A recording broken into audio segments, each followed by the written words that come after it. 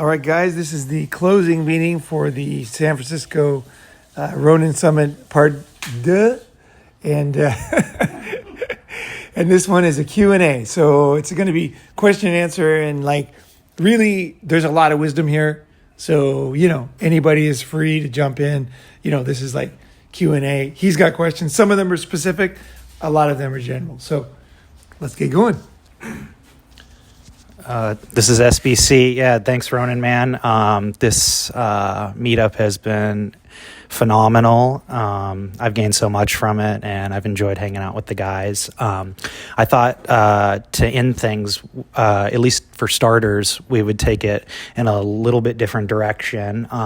As you know, I'm a huge fan of your channel, and I've listened to most of your videos, and I also scan over the comments a lot. And oftentimes with red pill channels, you get a lot of hater comments. But I noticed in your videos, for the most part, you don't seem to have too many haters. But occasionally there will be people that will make nasty comments or at least kind of question some of your beliefs. So I've highlighted a couple of those comments to kind of start things off and see if you would maybe address some of those things. In a few of your videos, there was a commenter that had mentioned that, over time that you've kind of changed and that you've contradicted yourself on a lot of your points, or at least some of your values. And one time you wrote back and you said that you were even a little bit embarrassed listening to your old self in your early videos. Maybe if you could start things off by saying, speaking to that a little bit about how some of your values have maybe changed, or ideas from when you first started the channel, so how some of your thinking has evolved, and maybe where you contradicted yourself, but you've grown over the 5 years since the inception of your channel, and you now think differently about a certain topic. I mean, I've learned so much, right? I've just learned so much, over doing, just from meeting everybody, talking to everybody, getting reaction to things. So it's just a natural thing to grow. Yeah. People that don't contradict themselves, you got to be pretty wary of them, really, because just think about your good friends, right? Guys you hang out with. They're going to change their minds. They're going to go through things, see things differently, and adapt, right? And if anybody's just I never change, I'm always like this, it's just not, it's not natural. It's not healthy, So I choose to be authentic about it, rather than what most people do when they change is they'll present the image that you thought they were, and then just kind of keep that going. And then their real authentic self will adapt and adjust as they move, as they change. Just like we were talking about cultures, how, the Japanese culture has changed, where Japanese communities overseas don't know that. They don't really understand that. And they live in the past of Japanese culture. And they're a bit shocked when they come back. Like that scene in The Sopranos when they go back to Italy, and they're shocked at how Italy is not what they thought Italy was. And that's kind of how it is. And I think that's what happens when you don't, everything's changing around us. We're, especially today, in today's world, it's been said a million times, but things are adapting quickly, and things that used to work, they just don't work anymore, right? And some ideas that used to be very cutting edge are not only standard now, but they've been improved upon. Someone has kind of taken them and then figured out that there's variations, there's different levels, and then they've already broken it down. So when you go back and listen to the old stuff, you're like, it was so blunt, it was so, and now with people understanding it, you don't have to say it. Certain things you don't have to say because they're already understood, right? So for me, I think my channel also is my life, because a lot of the stuff I talked about in the early videos was stuff I learned in my 20s, right? And that stuff in my 20s, I thought I would never change, because I was totally red pill all on my own. I was super, you guys would probably be surprised how hardcore I was, actually. With all this stuff, way before this movement started, I was super hardcore about chicks, about red pill, about marriage. I mean, I was seriously hardcore. And on my own, like a one-man red pill machine, telling everybody, showing everybody, doing things with God. I was always trying to like I was like an evangelist to everybody that I knew, my friends, you know. And part of that was because I saw that people were not woken up, you know. But now, like, a lot of people are already awake. They're figuring out, you know, stuff. Back then, everybody thought that girls, they had the best intentions for you as a man. Like, they were like your savior. You know, you just find a good woman, you go in her arms, and she's going to take care of you, and everything's going to be great. You're going to basically, not just great, but better than it could have ever been alone.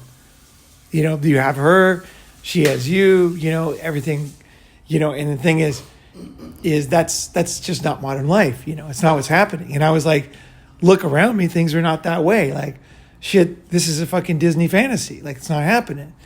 And so, especially in big cities, it was really, it was extreme. Like in the countryside, you can fake it more when there's fewer people, you know, but when you're in a big city, man, marriages don't last very long.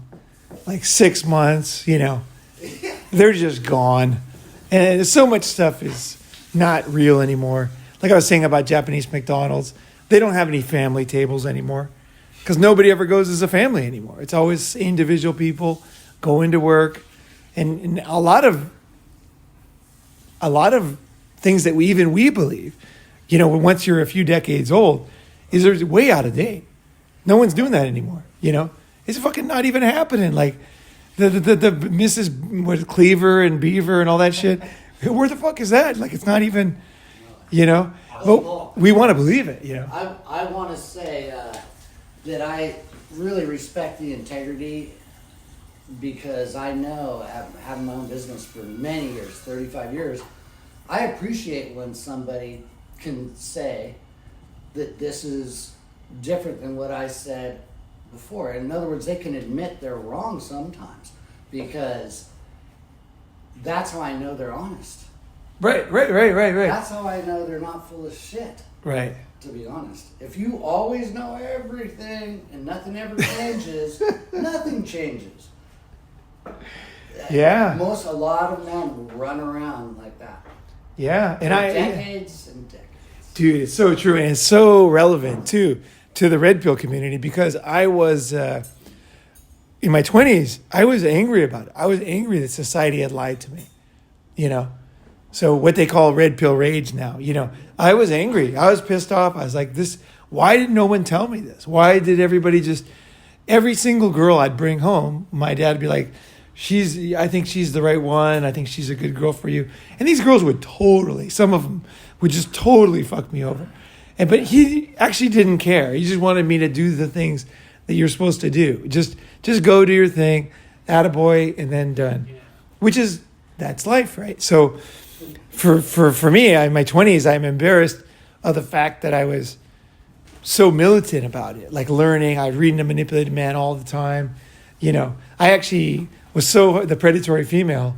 I so much looked up to the guy because he only had his name, the Reverend Shannon, right? And I get this is a true story. I told so many people about that book, and that was a very small book, never in bookstores. It was only, you could buy it by mail, right? And I got a copy of it, and I gave it to everybody, and I copied it. I probably made 500 copies of that book and The Manipulated Man. Yep. And I handed out to so many people. And then finally I told somebody, and he goes, dude, I know the guy who wrote that book. It was a guy I was sponsoring in AA, and he was working at American Airlines in Tokyo. And he said, he works with me. He goes, I know the guy who wrote that book. And he didn't like the book because he was married. But he goes, I know the guy. And he goes, I'll get you a signed autograph copy. So he did. So I got maybe the only one, you know, like from somebody who just knew him as liking his book. Because there was no way to contact. There was no name or nothing.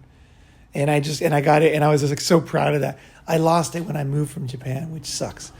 But yeah, it totally sucks. Yeah, it totally sucks. But I was like myself then. I mean, in the original, like any of the movements, they start out kind of radical. The girls burn their bras, you know, the people like the bus and all this stuff happened, these different movements. Our movement is the same. It was like things that we wouldn't do now, we don't have to do now. So a lot of the stuff I did, I acted, I told people, was stuff that is not necessary now.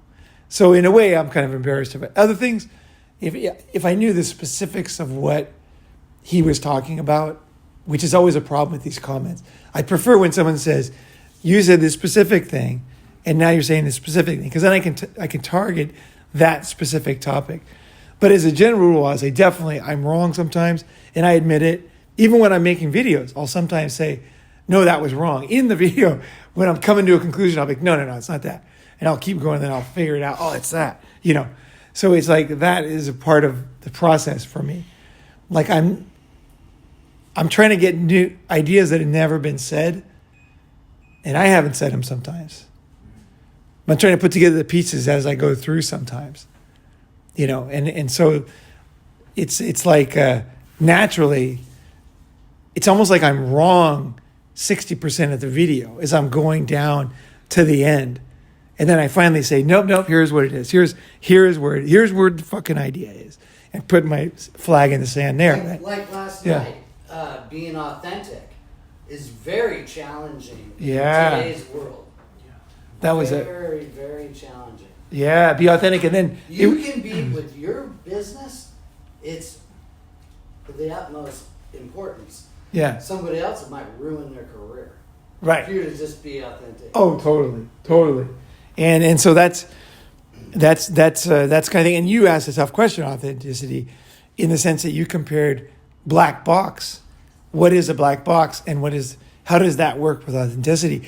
And to be honest, I tried to answer it last night. I think I came up with a decent shot at it, a decent stab at it at the end.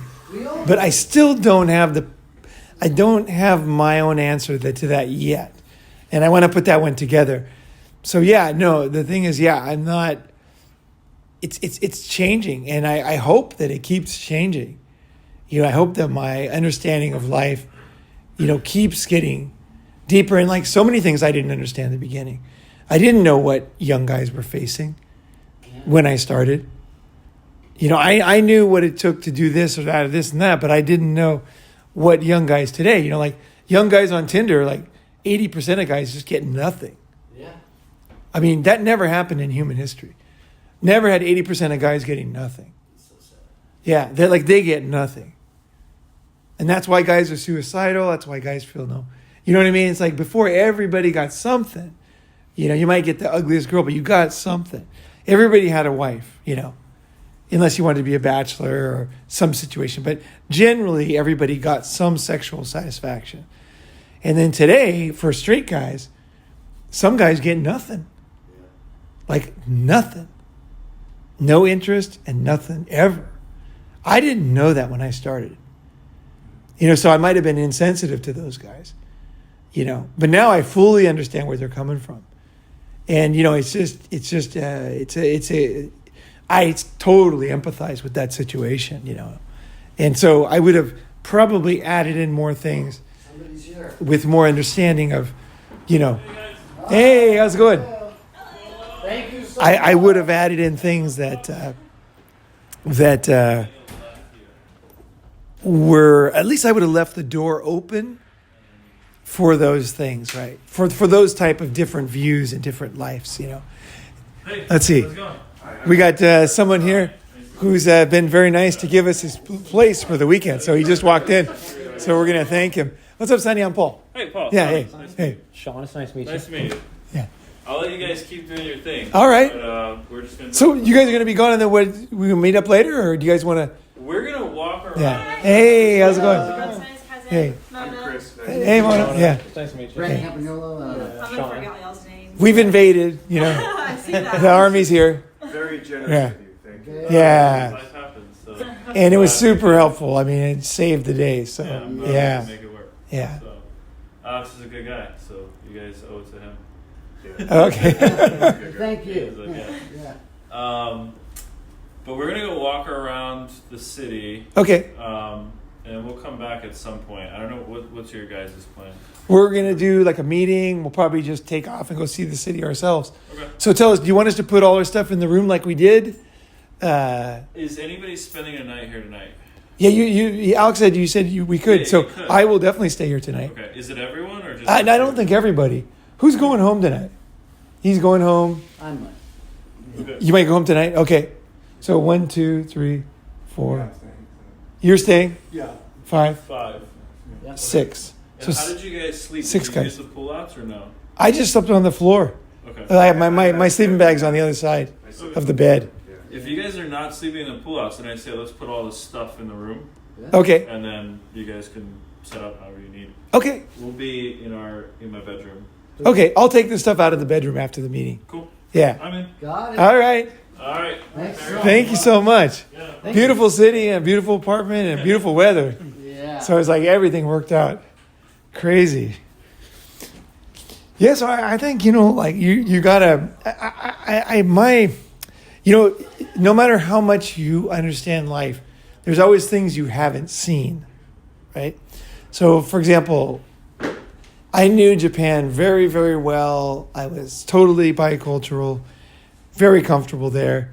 And I thought I knew everything, that you need to know, right? Then my sister moved there and she had kids in Japan. And I didn't know what it's like to have foreign children in Japan.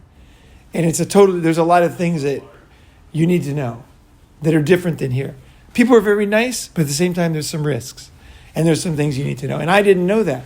And I was totally shocked about, like, the way a young kid is kind of accepted, where they integrate, what happens to them, their daily life, is very different than what happens to an adult man in Tokyo, right? So when my nieces were there, I saw how innocent they were. I saw how vulnerable they were. And, like, they like, the way the Japanese looked at them was like toys or dolls, And so, it was, even to this day, they don't like the word kawaii, like cute, because everyone was like, kawaii, kawaii, ningyo mitai, like a doll. And they don't want to be a doll, and they are cute. That's the thing, they're like little cuties, right? So, but that like drove them crazy. Like the word kawaii, just, they don't like it. And it was because everybody all the time said it. And so I didn't understand that. And so there was a lot of stuff. And also there's every culture is going to have somebody who's criminal or unusual, right? When you look totally different, like say you're a little blonde girl, blue eyes, you're 5 years old, whatever, walking around Tokyo, there's going to be strange guys that you wouldn't have here because they're almost fascinated with foreign people. And, you have to, so when you have a child there, you have to watch them. It's almost never going to happen. But if you have a kid, it can never happen, right? So I had to learn that. I thought I knew it all, but I didn't, right? So I was like, yeah, you just do this, told my sister. And then she's like, that doesn't work. And I was like, really? So I had to learn. So I had to grow, even though I knew everything I needed to know to be me, right? But I didn't know anything to do to take care of other people, right? I knew how to take care of my parents because they had visited. My sister had visited. My brother had visited. I knew how to take care of them. But having kids in Asia is totally different, right? So I think I had more sympathy for them. And also when I had kids, when I had kids that I was taking care of in Japan, you definitely look at life differently, right?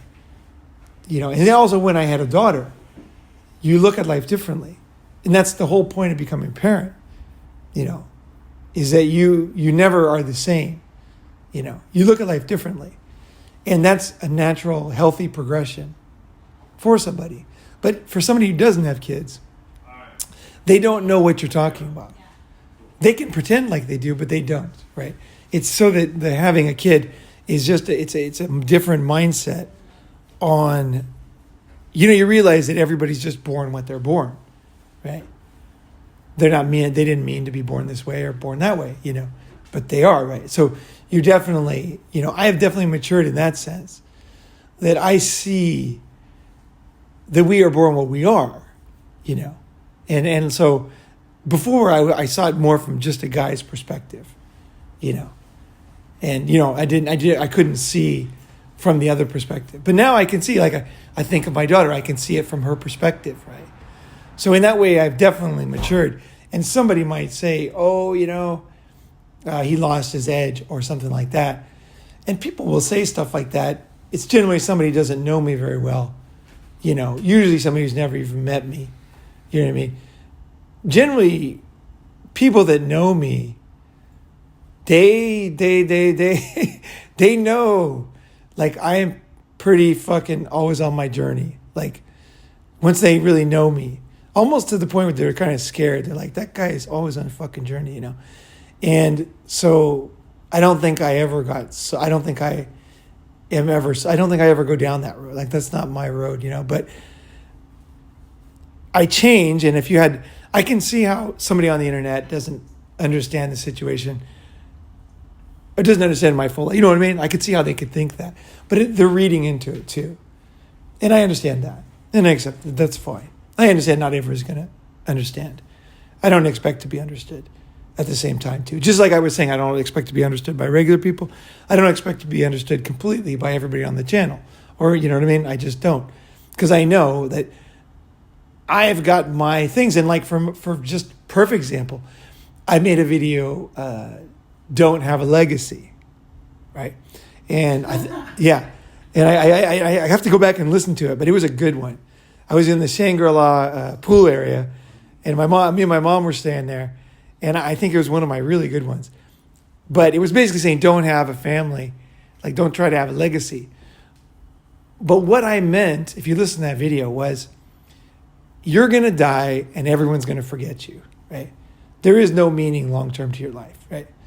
Nobody's going to remember you. You don't remember people 3 generations back in your own family. You don't even know their names. So you will be forgotten. I will be forgotten, right? So don't try to accept death, right? Accept death. Accept the end, the futility, and just the journey that life is, And so when I said don't leave a legacy, it's people that are afraid of death are the ones that try to make something that's going to carry on past their life. And I really nailed it in that video. But what I didn't know, what I didn't think of at the time, and could be seen as changing, but it actually isn't at all, is that I was saying don't build a Microsoft so that you won't be forgotten. Don't become president so that your name will be in some book, because that's not you anyway. Your name in some book is not you. You're not going to live on, even if your name's in some book. It does, or videos in some place. No, you're still not living on. They don't know you. They might idolize you as something that you wouldn't even want to be idolized for. You might have changed your mind, you know what I mean, before you die on that, But so I think when I decided I wanted to have a child was when I was walking with my brother in my hometown. We were walking on the beach. And we were talking about something, and I don't know if I should say it. I probably shouldn't say it, but because it involves another person. But I was not having kids because of a certain person. And my brother was like, fuck that. He goes, if you want to have a kid, just have a fucking kid, And I was about 50 then. When I decided to have a kid, it wasn't to leave a legacy, right? Because I thought about it, because I had already made that video. So that was good for me too, that I had made it. I put my line in the sand, because I can fall into these things too, right? That's why I make the videos for myself too, a lot of it. Because I don't want to fall into that trap of making a legacy. So when I realized, okay, I was right, basically, I should make a legacy. And then I realized, there's many reasons to have a kid, And it's something that simple I hadn't thought of. I kind of thought at that moment everybody was kind of doing it for posterity and legacy. And then I realized that there's so many other reasons. Like you might want to just pass on some ideas to somebody. Or you might want to see somebody who has your DNA grow up. You might want to watch the human brain develop, which is what I was interested in. One of the things is I started studying child development, and I studied a lot when I was in that stage, and actually I know a lot now about child development, and it was really fucking interesting. It was super interesting because you understand and see yourself and other humans better when you realize that there's stages you have to go to in order to mature, right? And those stages are necessary, right? So I wanted to watch a human go through those things, kind of so I could forgive myself for making mistakes and going through things myself, and realize it wasn't like, when you're 5 years old, you're not like an adult who's little. You're a totally different, your brain is just not the same. It's developing. It almost develops like concrete blocks or something. Like, until that block's there, it's just like you can't build on it. It's like each block it's very interesting. Your child development is super interesting. Even if you're never going to have a kid and you have nothing to do, it's a very interesting topic to study. And you'll understand yourself better. And you'll see children. Like, children's crying doesn't bother me at all anymore. Because I look at their age and I understand what they're looking for. And often the parent doesn't know. I'll see a parent who doesn't understand, but I'll understand. And I think that's so cool. Like, before it would have just been a noisy kid. Why is that kid crying? Now I'm like, the kid's just, that he's doing this and this and this is going on in his mind, right? And so, it gives you a lot of empathy and also understanding of yourself. So I thought, that topic, I also equated children with marriage before, and I realized, and a lot of guys, you can't have children out of MGTOW. A lot of MGTOW guys say that, even some good content creators I like Casual Bachelor. He really thinks it's like an abomination to have a kid out of wedlock. I don't agree with that, right? I think wedlock is just made up in some book, and we just follow this old religion thing, and we just, if you break this old religion idea, then you're somehow an abomination. To me, it's just like, it's human beings, it's children, it's adults, it breaks down 50% of the time. Anyway. Yeah, well, there's that too. Anyway, yeah. Like, some of these guys, we've had kids, and there's all kinds of information about why it's amazing, Yeah, kids are amazing, And so I suddenly realized that I wanted to have a kid, and it was like, I don't know what I'm going to do with it. I don't know how it's going to go, but I want to have a kid. And I went out and had a kid, and I'm glad I did, even though it's a story I won't tell in here because long story, legal reasons, and I shouldn't say. But the thing is I'm very glad I did it. I'm very glad I did. I wanted to do it. I fucking found a healthy person. I did it. I was like 50, so I was probably 52, something like that, and I was able to do that, 52. Like, chicks can't do that. Chicks can't just have fun their whole life and then decide to have a healthy kid, totally normal kid, without in vitro or any bullshit. Just the natural way, just have a kid, And that kid was conceived in 6 weeks, And that was pretty cool because I'm proud of that, because I was like, 52, 6 weeks, that's fucking good. Because I got a lot of friends here and they have trouble with it, right? It's a big thing, right? It's difficult to have a kid sometimes, for people. And I was really happy that, that I was able to, that I did it, and then I have a child. So, but it was all for different reasons than I previously understood or associated with children, right? And so you get what I'm saying. Yeah, there's nothing else to go on that. But that's the thing. From the outside, they would still be thinking probably what I was saying or in the past and not seeing the different ways of looking at things, right? And it's kind of like this. It's kind of like this too, like corporate jobs, right? I'm not into corporate jobs because I think a lot of things. But I think that working for a corporation, for a short period of time or whatever, could be very valuable, right? Let's say 6 months, I worked for Groupon for like a short period of time in China. And it was a very valuable experience because we had to do a lot of crazy things. And it was very exciting. Things I couldn't have done with my company. We got a huge office. I couldn't have got a nice office. I hired 100, I interviewed tons of people, but I hired 100 salespeople in Chinese. I trained them in Chinese, and we went out and got national accounts, and we got like major hotel chains, And we got contracts with them in Chinese. That was very cool. I understood algorithms and search engines and things like that. That's what eventually led me to Silicon Valley, where I joined a startup for a short period of time and raised money for a startup. It came from that Groupon experience. And I just kind of, I got the job because I was doing their office as a real estate agent, my company. And then the guy's like, I don't have much time to talk to you. We're too busy. And I said, what do you need done? He goes, this. I can do that. He goes, there's your desk. We'll get your salary. Get the HR girl. Give him a salary. And that was it. And I thought, I told my partner, I said, can you run the business for a while? She's like, sure. So then I just worked, Groupon. It was very exciting. And, technically it was a corporate job, right?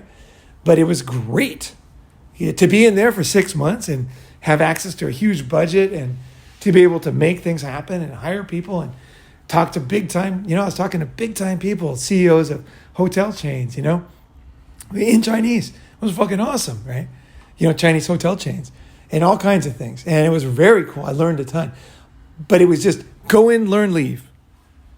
You know what I mean? Go in, give value, learn, leave, right? I gave a lot of value to Groupon, And there was a lot of scammers in that company, and I think that's why it failed. There was a lot of losers they hired. But like the manager was a fucking... a book could be written. Like a tell-all type book. Yeah. Is there some questions you want to ask? Yeah, well, I kind of just kicked it off, but I He kicked it off, and then I'm still answering one question. still going on. Oh, Yeah. because I have a bunch of comments about at least 8 different things you brought up. Yeah, just And now I can't remember okay. at all. Come closer so you can talk right in the mic, though. No, it ain't about that. Okay. We got to have a space where Okay. people can talk after each thing you said. Yeah. That way we can comment. Okay. I'll give little breaks. Yeah. So that's.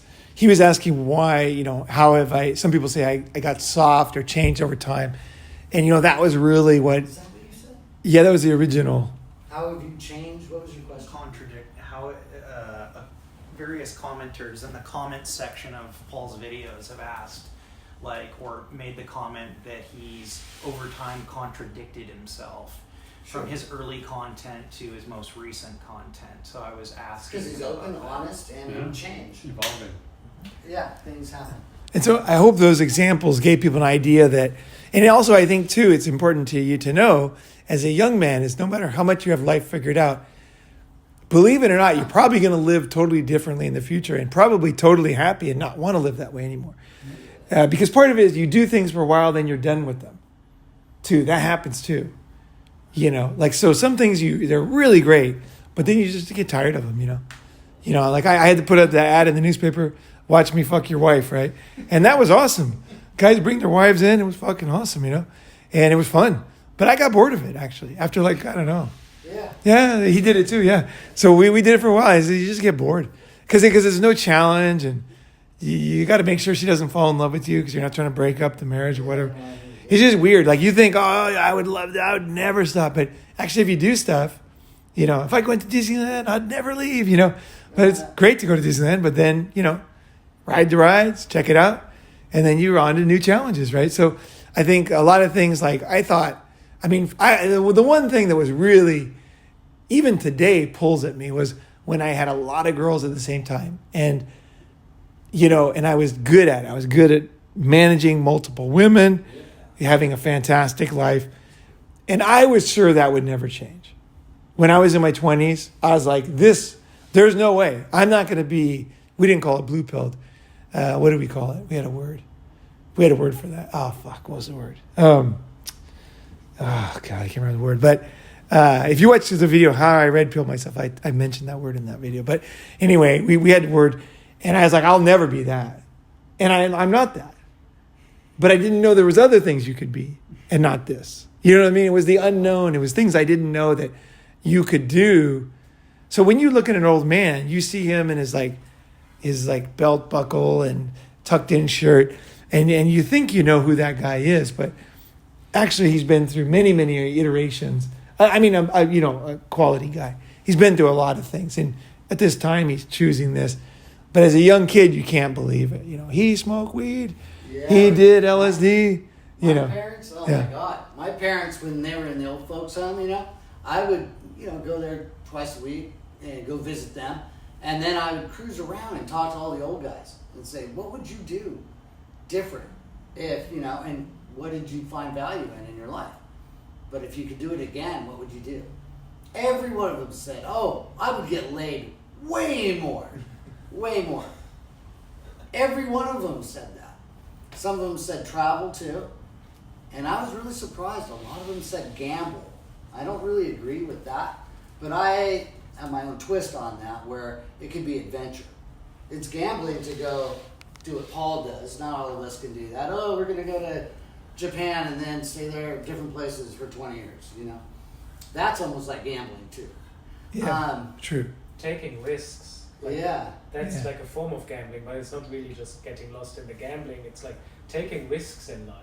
And actually, and like that's an illusion I think many people have, is like when you're taking risks and something fails, you can still go back to you will go back to something, or not go back, you can do other things. It's like if you fail at something, that's not a sign of like failure actually, it's a sign that you actually tried something out. Yeah. Actually try to achieve something, and sometimes it doesn't work out. That's part of the whole journey. For me though, some things like that thing with having multiple girls, like I tell you, if you've ever had a harem, basically, you don't know how good it is. It's fucking good. Yeah. It's good. They're all stoked. Everybody's stoked. Sex hot every day. You're just different people every day. One day is the young girl is into cell phones or technology. The next day is the actress. The next day is the housewife that can really cook. And you got all these different. Yeah. You got all this different variety that girls kind of buy. You got all these different people, and like the one would never do that, but that one, no problem, right? And so you get such a variety of things in your life, and it really is a good thing to have a harem. I think every guy should have a harem once. It's awesome. It is really awesome. And there is a way to do it right now for every man. Yeah, totally can do it. You go right now to Pattaya, Thailand, no problem. You can have a harem. You can definitely have a harem of hot girls. That way, immediately. Yeah. And the thing is, like, that was such a part of my personality that I just, no way was I going to change that. And I don't even know why I changed it. I can't really understand. I think for me, part of it was some of the girls, like, I guess I realized that some of the girls are like, you can like destroy a girl too. Like I was saying, like in the beginning, like how I crushed that girl by the fact that she cheated on me with that Goldman guy, that I let her use that as a guilt weapon against herself, kind of. I didn't really understand what I was doing exactly, but I knew it was whatever it was doing was working, right? And I didn't really know what I was doing. I didn't cognitively understand. I'd never done it before. It didn't ever, you know what I mean? It was a dynamic I didn't understand. But I felt guilty about that afterwards, and I definitely would not do that to her again. No way, because it worked too. It wasn't what I wanted. I didn't want to hurt her. I just wanted her to know, hey, that's not going to work on me, And that part was fine, but there was other girls who definitely left their husbands for me, made big decisions, and it was the girl had the kidney problems. There was issues, and I realized that I don't want to have a bunch of ghosts around me. You know what I mean? 'Cause that's what I felt like at some point. Like there was like female ghosts around me. Like because so many decisions had been made that were irrevocable. Because you can tell a girl like, "Don't do that. I'm not going to marry you," but they still do it. They try to land you. But when they're really, you both get something out of it. No, but when they're really, I know they do, but I still feel bad about some level. BR, I do. I want to be a good force, and it's really hard when you're managing a lot of girls.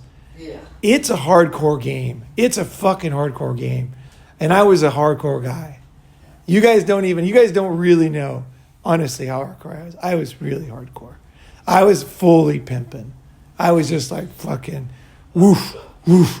It was just like decisions were like, and it wasn't, nothing was physical. There was nothing like Iceberg Slim's book, Story of My Life. I was never that way, but it was just like cut them off if they were not doing. And some of the girls were, he really affected them. And maybe if you never had harem, you don't understand what I'm talking about. But you really can. You can really run these girls hard. Girls will really run for a guy. If there's a lot of them and they're in love with a guy, it's amazing what they'll do. And it's kind of I think it's kind of their worst nature, or their self-defeating nature of girls. Most guys never see that, but if you ever see it, don't play it. Don't play it too hard. You'll feel guilty. You won't feel good about it as a man. That's my opinion. And so I kind of thought, you know what? If I just keep doing this, I know I'm going to keep doing this, and it's not going to be good. And I kind of had more sympathy for the girls after that. I just thought, you know what? They just want to get married. They just want to have a kid. Like there's these Japanese girls, they were pretty nice, They just want to have a family. They just want to be normal. You know what I mean? Like, just want to have a whatever they do, the apron in the house and go out with their friends and have tea. There's certain things they want. I just didn't see them as demons. Women, the reason why people see women as demons is because the women ruin their life, right? So one of the things that we did in the beginning, which I've said before, but I want to say it again just so you guys can understand, like when I heard you talk about yesterday, how much it hurt, like when she was cheating.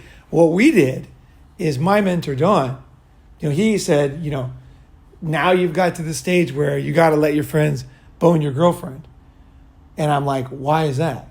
And he's like, don't get attached to women. Don't get emotionally attached, And then we went to Vegas. He said, bet a bunch of money and lose it. Bet until you're gone. You have no money. Like however much money it is, just bet it all away.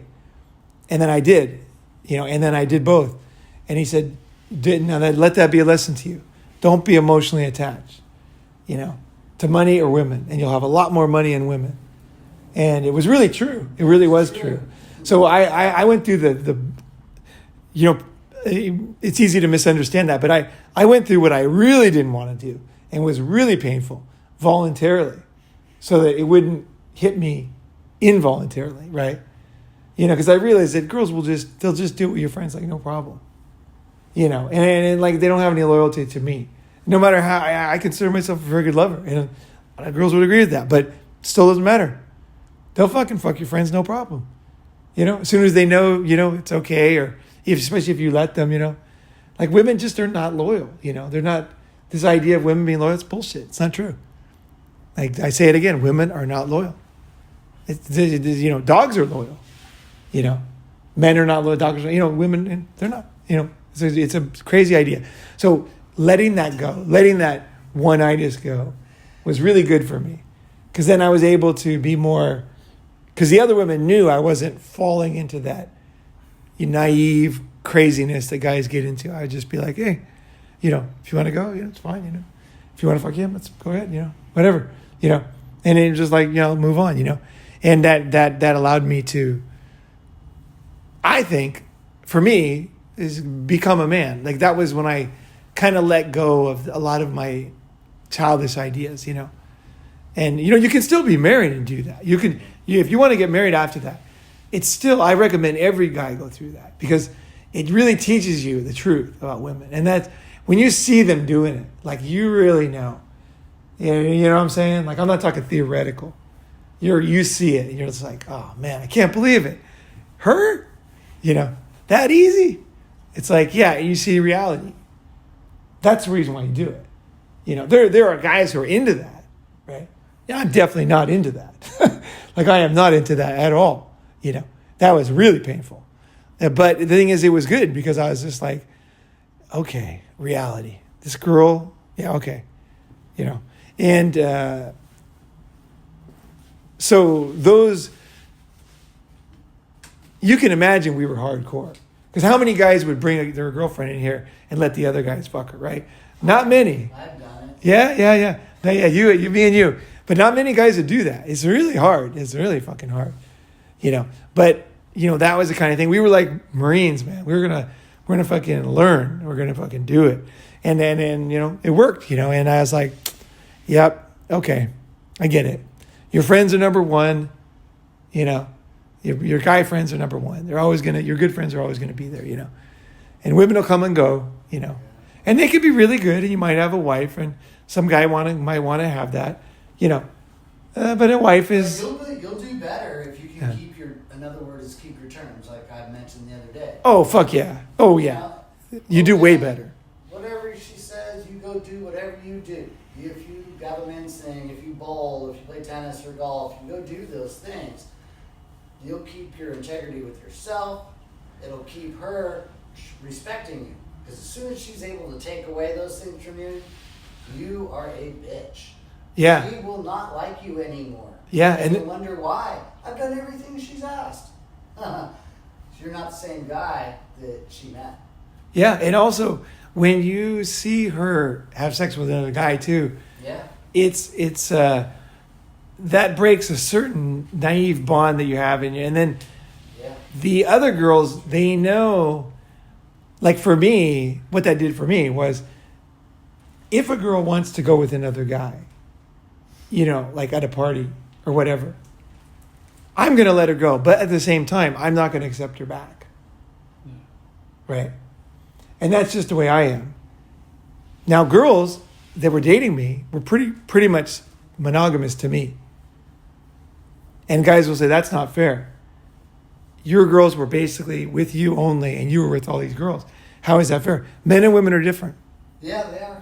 Men and women are fucking different. And for women, like, I understand there's different types of women, but for sure there's different types. But I think in general, it's the natural thing. If you look at the world, animal kingdom, it's just natural, it's normal. And like, you break your leg and I bring you roses. Is that going to make you happy? Or I bring you fucking, I don't know, the fucking new iPad or whatever, or whatever. There's a steak or something, you're going to be like, oh, thanks, because we're different, right? So what makes women happy is different. And this is one of guys' biggest mistakes, is they will be a player and they will somehow say to their girl, oh, you can be a player too. Or, good. I said, no, I'm a player. You can't be. Yeah, if you want to be with me. Those are the real rules, Paul. I tell you. If you want to be with me. When you're single, there are no rules. You have whatever rules you want. Yeah. Those are no rules when you're single. Those are my rules. We can be friends. We can still be friends. Like, I'm totally into that. But as far as like having sex and being my girlfriend, one of my girlfriends, like, no, I'm not into it.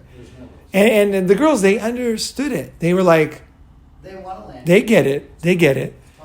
Because it might not sound in today's world, but I tell you, it's when it comes to nature and reality, I think it made him more loyal. I think that this fucking guy is strong. He knows what he wants, and this guy, some girl's gonna get this guy, and it's like, this fucking guy is strong. I never met a guy like this, So I think that's what gave me, and so it does help you. Those attitudes help you, even if you want a relationship. It does help you, because the girls know that they can't play you. Like if I came home, let's say I did get married, right? Which I am not. I have no intention of getting married. But let's say I did get married. I came home, my wife was fucking some guy in the living room. There are guys who would commit suicide right then. Yeah. Jump out the window or kill them. Or commit murder, right? Yeah. Yeah. For me, I would just be like, oh, I guess this one's over. Yeah. Yeah, I would just get my stuff and leave, because I know she's going to do that kind of thing. It's like, I've seen it before. Like, whatever, It doesn't hurt me. Like, now when you told me so, I could feel the pain, right? Use that as your gift to never do that again. Imagine the girls with another guy. I learned that in polyamory, actually. Yeah. They would have 5 other dudes. We had rules. Oh, you can only do this, this, and this. And I can only do this, this, and this. Who knows if they followed them or not, but it made it so that you are independently strong. Like, polyamory is different because the girls are doing all kinds. For me, I had really loyal, good girls. Yeah. And they were with me, and that's the way it was. That's the way I was for 15, 20 years. And I had 5. And that was the best. Times. Yeah. That was all the times. best. And it was great. And it's true, they just compete for you more when you're single. Yeah, and I think too that it influences your age, because I like the idea. That's what you got to be younger. You get that way and confident later that Yeah. I had clarity later in life that I wasn't possessive. I wasn't jealous. I was told some of that shit because I was Yeah. like you. Yeah. They would stay pretty loyal to me, Yeah. and then I would, realize that they would think I'm being possessive or jealous when, they're staying with me and they're not dating other guys, and I'm like, I'm not making you do this. Yeah, he won't. You're just doing this. You're not letting her threat of being unfaithful influence you. Yeah. Because that's what it is. It's threat. Yeah. It's like, if you don't do what I want, I'm going to fuck another guy. That's why guys get married. Yeah. Is that they say, the girl hints that if you don't Marry put the me ring on me, now, marry me within a year. this mouth is going to be on some other guy's dick, or this pussy's going to be plundered by some other dude. So the only way you can stop that is by marrying me. That's the Yeah. bottom line of the That's sales their pitch. whole game. Yeah. But the thing is, you can't stop it. And any girl who would threaten you like that, she's going to do it anyway. She's probably already doing it. So you can't really win. The only way you can win is this way. This is the man's way. Just like, you got to be able to let them go. You got to be able. At the same time, you can have strong feelings for them. Oh yeah. My friend told me, you're a weird guy. He goes, you can be in love with 6 girls at the same time. Fuck yeah. And I was like kind of in love with like quite a few. There'd be a couple I wasn't too into, but there'd be quite a few, like at least 3 I was pretty in love with, all of them. Hey, You my know. great aunt, first You woman know. homesteader in America, she outlived 3 of her husbands. She wrote it in her book. She's like, no, that's soulmate crap. You can fall in love again and again and again. Yeah, you can. You can fall in love. Yeah. And so that's basically when people, when they see contradictions, a lot of times the videos are short, right? There's not a lot in there. I mean, it's an hour or whatever. It's not living with me or seeing, you know what I mean? So they're assuming a lot of ground rules or basic behavior. They're not seeing the change. They're not seeing the change in attitude and why different things are done, right? So that would say part of it. And then part of it, sometimes I'm wrong, right? And then I realize it, either from feedback from people or from hearing it out of my own mouth and realize that's not quite it. Or sometimes I'll have a rule that works for me, not for you, that kind of thing, where I might contradict because it sounds like contradicting, but actually I was talking about myself, but I didn't know it. I thought every guy was like me. And then I realized, oh shit, every guy can't do that. He can do that. I can't do. So other guys are in this position. That partly comes from working with guys in Unblackmailable. As I talk to guys, they tell me what they're dealing with. And then I have to figure out a way for them to get it. Right. That's the beauty, though. You're honest about what you are. Yeah. And Yeah. then, Here's what I where am. it comes from, yeah. And then, but I have great sympathy for other people from these other viewpoints. And I'm also quite interested in like, oh, wow, okay. How can we figure this out? How can we get, that thing or whatever? So there's kind of that. A long answer to that one. Let's see if there's... Yeah. Yeah, I appreciate it. A little bit in depth there. Yeah, a little bit.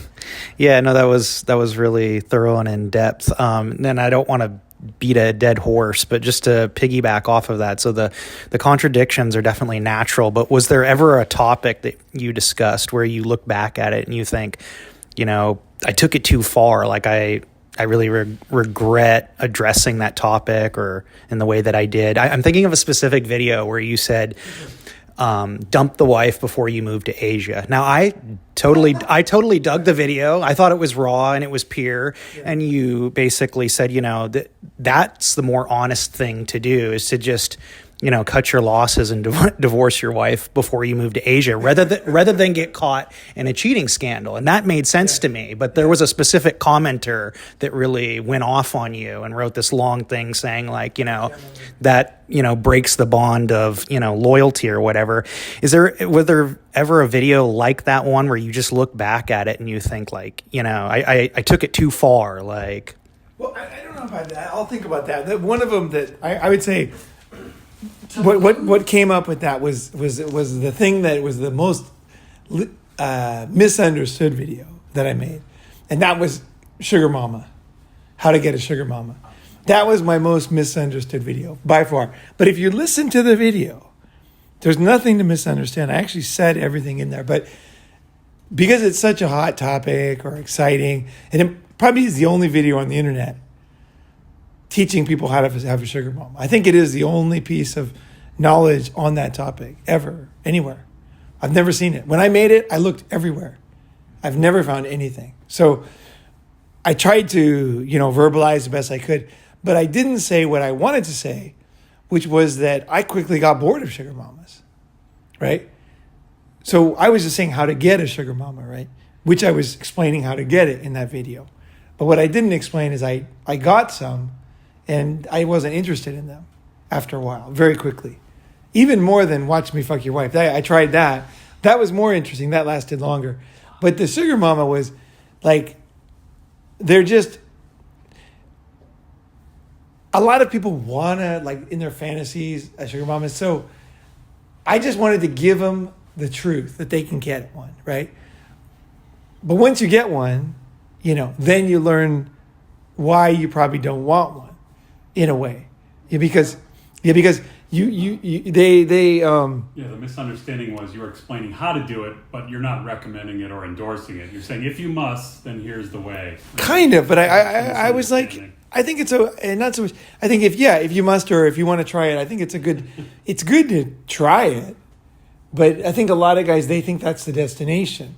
If I had a rich woman, then I could start my own businesses. Let's say you marry somebody in the Wrigley's family or the, Nestle, then you basically are set for money, right? And then you could just start businesses and you could do all kinds of things. And in that video, I explained why you're looking for somebody to give value to. The sugar mama you're not living off of her. You're giving something that no other guy can give her, right? And I explained how to give that, right? But a lot of guys didn't get that, and they thought it was how to live off a woman. And that wasn't what it is all. It was just the simple idea is that these women that are very wealthy, which I know personally, they don't want a regular guy, right? They don't want a guy who goes to work and talks to a bunch of girls every day, right? They don't want you to work and give them money. It's like everything you believe about women is not true with them. They're not trying to get you to work. They don't want you to work because then you're going to meet a lot of girls, and you're not going to be home, right? And also they want things like they want a guy that's presentable with their father, who's a, prime minister or king or whatever, or like major guy. They want somebody in their friend circle that can be acceptable, that knows how to play the proper role of the boyfriend of a rich or famous person. Because a rich or famous person, they have a lot of needs that you don't know if you're a regular guy.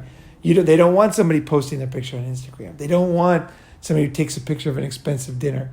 They don't want somebody who's going to have loose lips. And they want somebody who's going to be generally like me, like just optimistic most of the time. Rich people, they don't want to be around negative people. So if you're very positive... I understand something about... You wanted to know why a woman... You should dump your wife before you go to... But It was a video that Paul... let me do that next. Let me finish this first. Because, I want to go on that video because that's a good video. I have a whole bunch of questions about that. Oh, yeah. Else.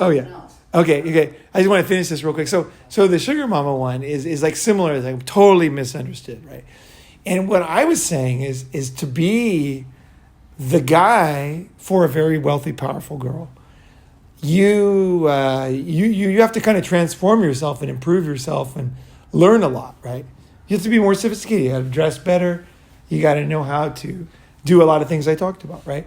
So, but what other people heard was, I guess they heard, this will answer all my problems, or I'm going to be living off her. You're not living off of her.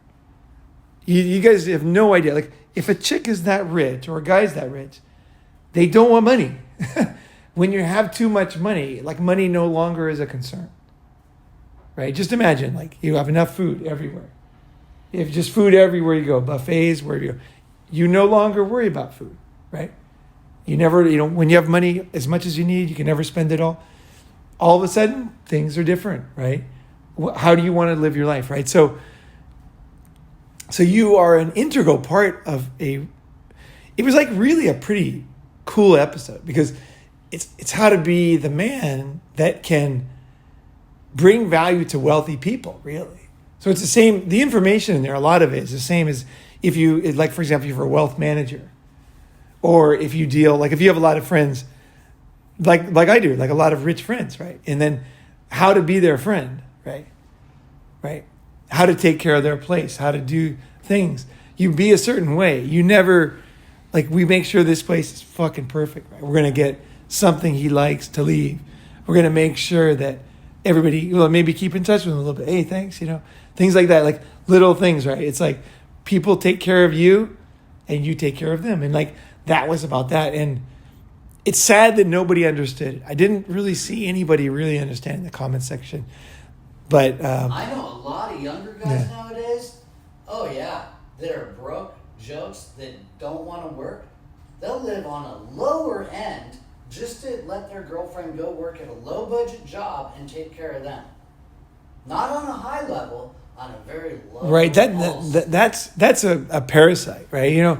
That's the thing. But it's happening everywhere because guys don't want to work anymore. Yeah. And they don't want the challenge of meeting a beautiful girl or one that they like. They'll sell out now and be with girls that they would never be with, so they can sit around and do nothing. That's it. Parasite. That's exactly what I wasn't teaching in that video. Yeah. And a lot of people misunderstand. When they say sugar mama, it's just the best word that you can think of. A wife is a sugar, I guess, sugar papa. Yeah. The opposite. It's basically, but that doesn't mean she has no value. She might have kids. She might do stuff for you, right? So that's that kind of thing. As far as, I really wish I could go back. You said, what could you wish you could go back? I wish I could go back and add that in the beginning of the video and say, look, I've had some sugar mamas. I no longer have them, not because I can't get them, but because I don't want them. I'm not looking for that dynamic right now. Although I enjoyed it. It was fucking fantastic. I wouldn't trade those experiences. When I think of my life, those are some of the more interesting experiences with those really wealthy girls. Just because they look at life so differently. Like this one girl, she took me out and we went out and she wanted to do all these fancy things that night. So she spent like $5,000 that night. And we just went to this club, we did this, we did that. And then when we got there, I said, I was kind of in a bad mood. And she goes, what's the matter? And I said, you said we were going to go dancing. We're going to go that. And she's like, oh my God, I totally forgot. She said, let's go dancing. And I'm like, but we just paid like to get in here and this and that. We just dropped all this money. She goes, doesn't matter, let's go. And we went to the other place. So like being with wealthy people, it's like they just view it like differently. Like they just do what they want. They'll rent a car just to drive it across the bridge. And then there'll be a boat and they'll just leave the car, give the keys to somebody. It doesn't matter. They sign the registration, it's in the glove box. We're going to take this boat and have fun. And it's fun to be around people who have a different viewpoint because I get so used to like caring about money and worrying about money and a lot of my stuff, how to save money. It's very interesting to be with somebody who has a totally different perspective. And it's not the perspective of spending money or having an expensive car or something. For me, it's the prospect of just being able to be totally free, to totally do what you want. And just to move on. You want to do that? Let's go do that, And we want to go there? Let's go there, And then you need some special clothes? Oh, they cost a lot of money. Well, whatever. We're going to throw them away. It's fine. Let's go do it. Let's and then that interests me, that way of living, because so many things were constrained, we're limited, right? Humans can't fly, right? There's things we can't do that I wish we could do, We can't live forever. But when you have unlimited money, it is quite interesting to be with those people, and hang around with them. And by being the guy who could have a sugar mama, you become also the guy who could have those kind of friends and be trusted by rich people. It was basically how to be friends with rich people more than anything. And it was not at all how to use women. At all. At all. That's true. I was providing more value, and that's why they chose me. I was providing crazy value. They were ecstatic to have me. Really. Like I made them come alive, these girls. They were like dead rich girls. And they were just like so excited. We'd go out on adventures. And I knew their situation. And I could think of things. And I would take them. And I would also take them to like very poor places, like poorest part of India and stuff. And they had never seen something, camel safaris, things they had never done before. And it was like they were so excited, to do these things because their friends just do the same stuff and everything, right? So that was what it was. So I wish I could have somehow conveyed all of that in that video. Because if you just see that video is the only video. The commenters are not from Ronin Man. They just came from like how to get a sugar mama. So they came from different countries and they found that video. So it's quite interesting to read the comments in there. They're all just like, I want a sugar mama. I don't want to work. It says the comments. Go read the comments. Yeah. So as far as the what do I totally read? I'd have to go through every video to figure that out. But that one, dump your wife before you move to Asia, that was a very simple video. And it was basically a video message to one man that I know. You're moving, yeah. right? You're moving to Asia. It was like an expat. Of course you should. Yeah, it was an expat who got a chance to work overseas in a country that I know there's a ton of pretty women. And he looks the way they want. And I know his wife. I was like, hey, this is a perfect thing for him. It's just to dump her first, go to Asia. Mm-hmm. Don't break her heart. Don't bring her over. Just, Go there without baggage. Yeah. Yeah, finish the thing. Stupid to go there with her. Yeah. Oh my God. And so that was with that. So I don't regret that at all. The only thing I regret is that luckily no one's figured it out. But that actually is a kind of a message to one person. And luckily the guy didn't know. Because it's a pretty sensitive topic. Because I know everybody involved, right? So in that sense, I regret some videos. It's like, I hope no one ever knows who I'm talking about. Because I don't want to hurt someone's feelings, right? Like I don't want to hurt the girl's feelings. No. The wife's feelings. But dude, if the guy has a choice of endless hotties and her, like a man prefers, right? Sadly. Well, it seems like most women want just somebody to stay.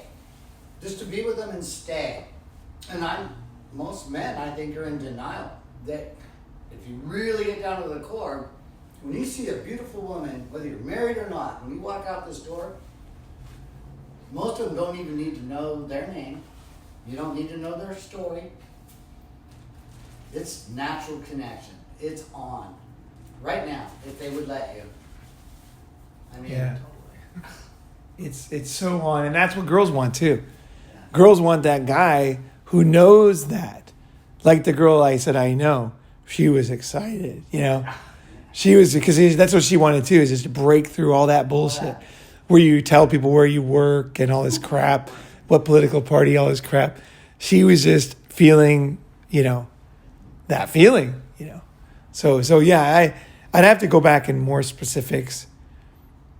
I'm sure there's something I totally regret in one of the videos. There's definitely things that were,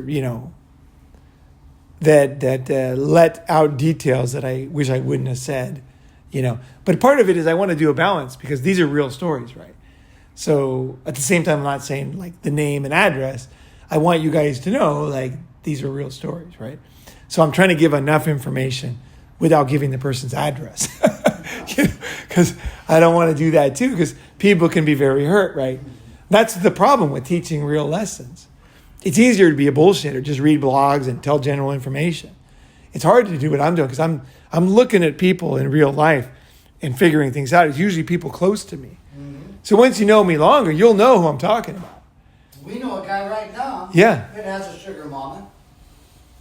He's spending her money, paying back his ex-wife by building a huge project. And at the same time, he's giving a gift to his daughter because his daughter lives with his ex-wife.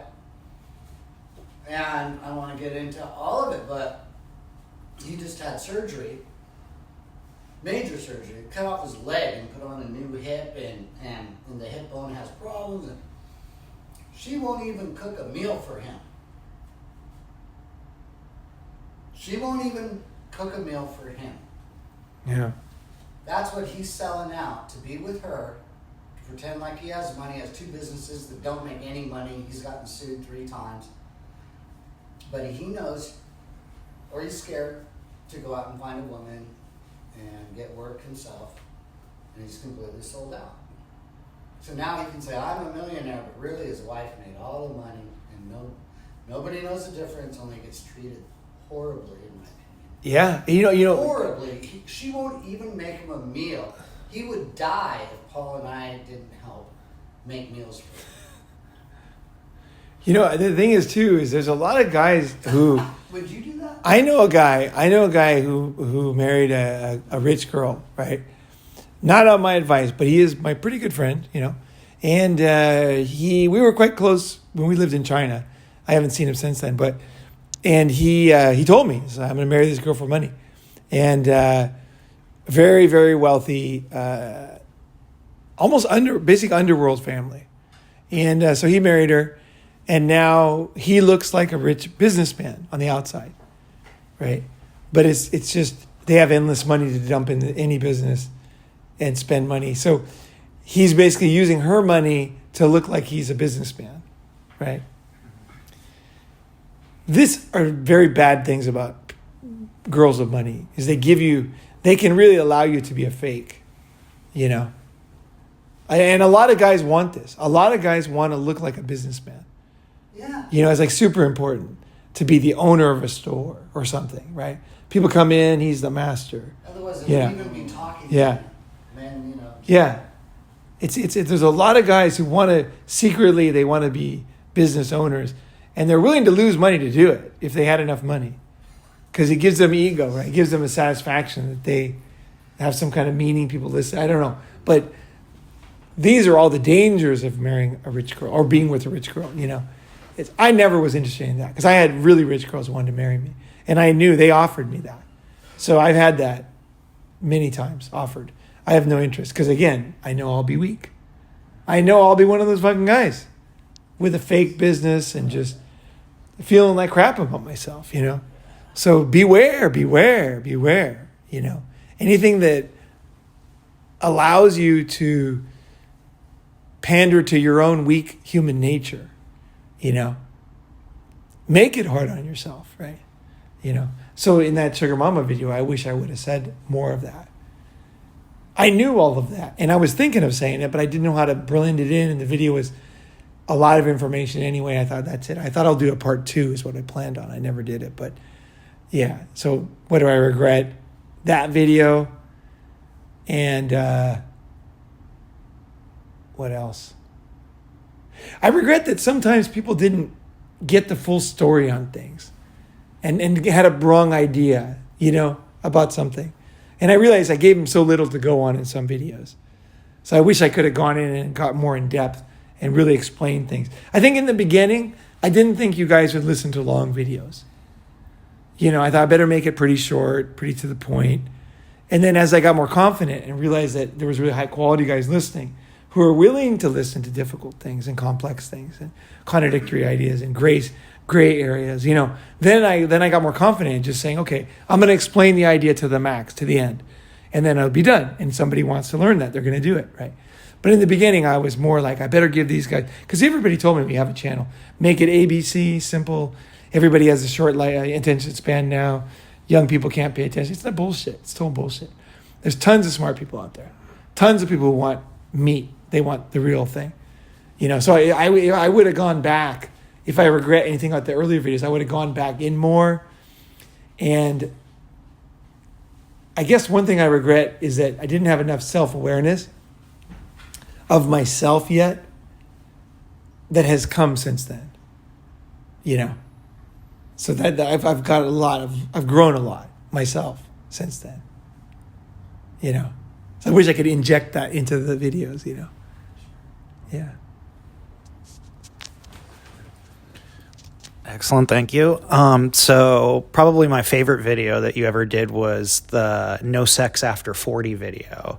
And when you talked a lot about how marriage just isn't worth it because the primary reason why men get married is because they want to retain the sexual partner that they have. But oftentimes after a woman reaches 40 plus, she goes through a lot of physical changes that often cause the sex to either not be as good or to completely dry up altogether.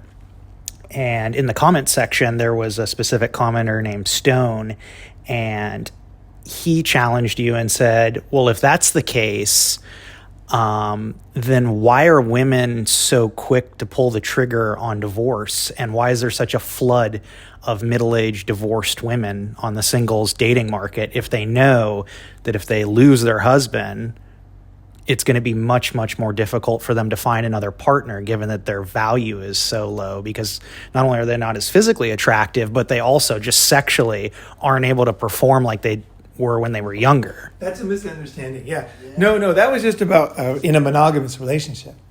The girl's dry as a desert for that guy.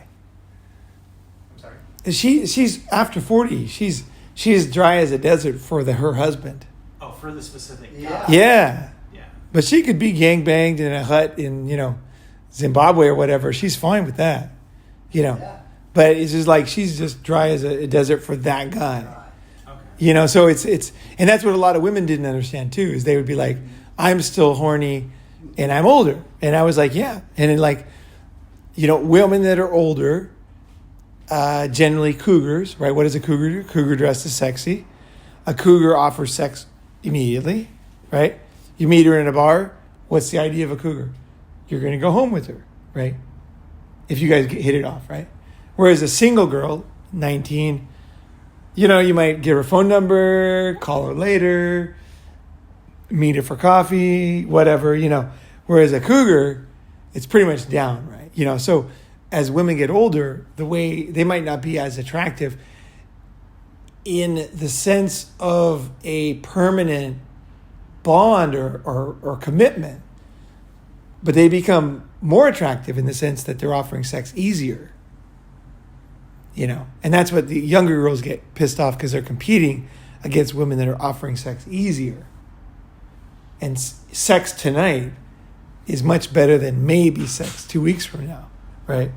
To young guys, or to guys in general, So it just depends on what you're asking for. So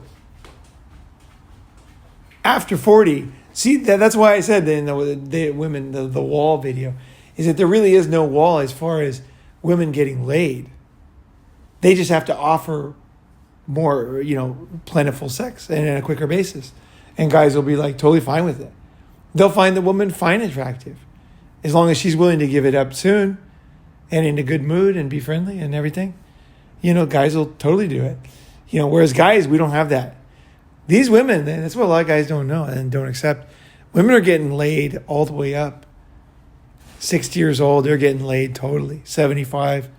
Women are getting laid. They never hit the wall and don't get laid. There's this idea that, after the wall, women don't get laid and guys do or something. But I don't even know I don't think that's true at all. The older women I know, they just give it up easier, that's all. And with less compunction, And they're happy with it. And also they're older too, so they're not as Disneyfied, They don't have to play the games, So they're happy with it too. They're more matter of fact. A guy will come to them and say, hey, why don't we blah blah blah, and then the older lady might say, and then you can fuck me there, and the guy's like, oh, because the chick, she's actually totally past that. She's no longer, So older women after 40 in a committed relationship, it's over, right? But for the woman's body and for the woman's life, she can have a good sexual relationship or life, no problem. Yeah, but you said in the video, hot sex is about young girls and that younger chicks, and that the physical ailments that women go through once they start hitting menopause makes the sex not very pleasurable, and oftentimes that she'll even fake an orgasm because her body is just going through so many changes. Just like I said, I'm talking about in the relationship, Okay. mainly. Yeah. No, all this stuff gets cured when the girl's wearing a short skirt in Jamaica. It's like, it's all just based on the situation. Like I was saying I was talking to guys, right? So guys that want to get married, Right. you're not going to get sex. Okay. It's not going to be there, and just don't expect it. Most of the sex comes before marriage and less after, right? There's no reason to get married for sex. That's like the worst idea ever. Yeah, getting married for sex, that's like the stupidest idea. You know, get married to be a monk or something. You know, yeah. I mean, Yeah. Chump mink.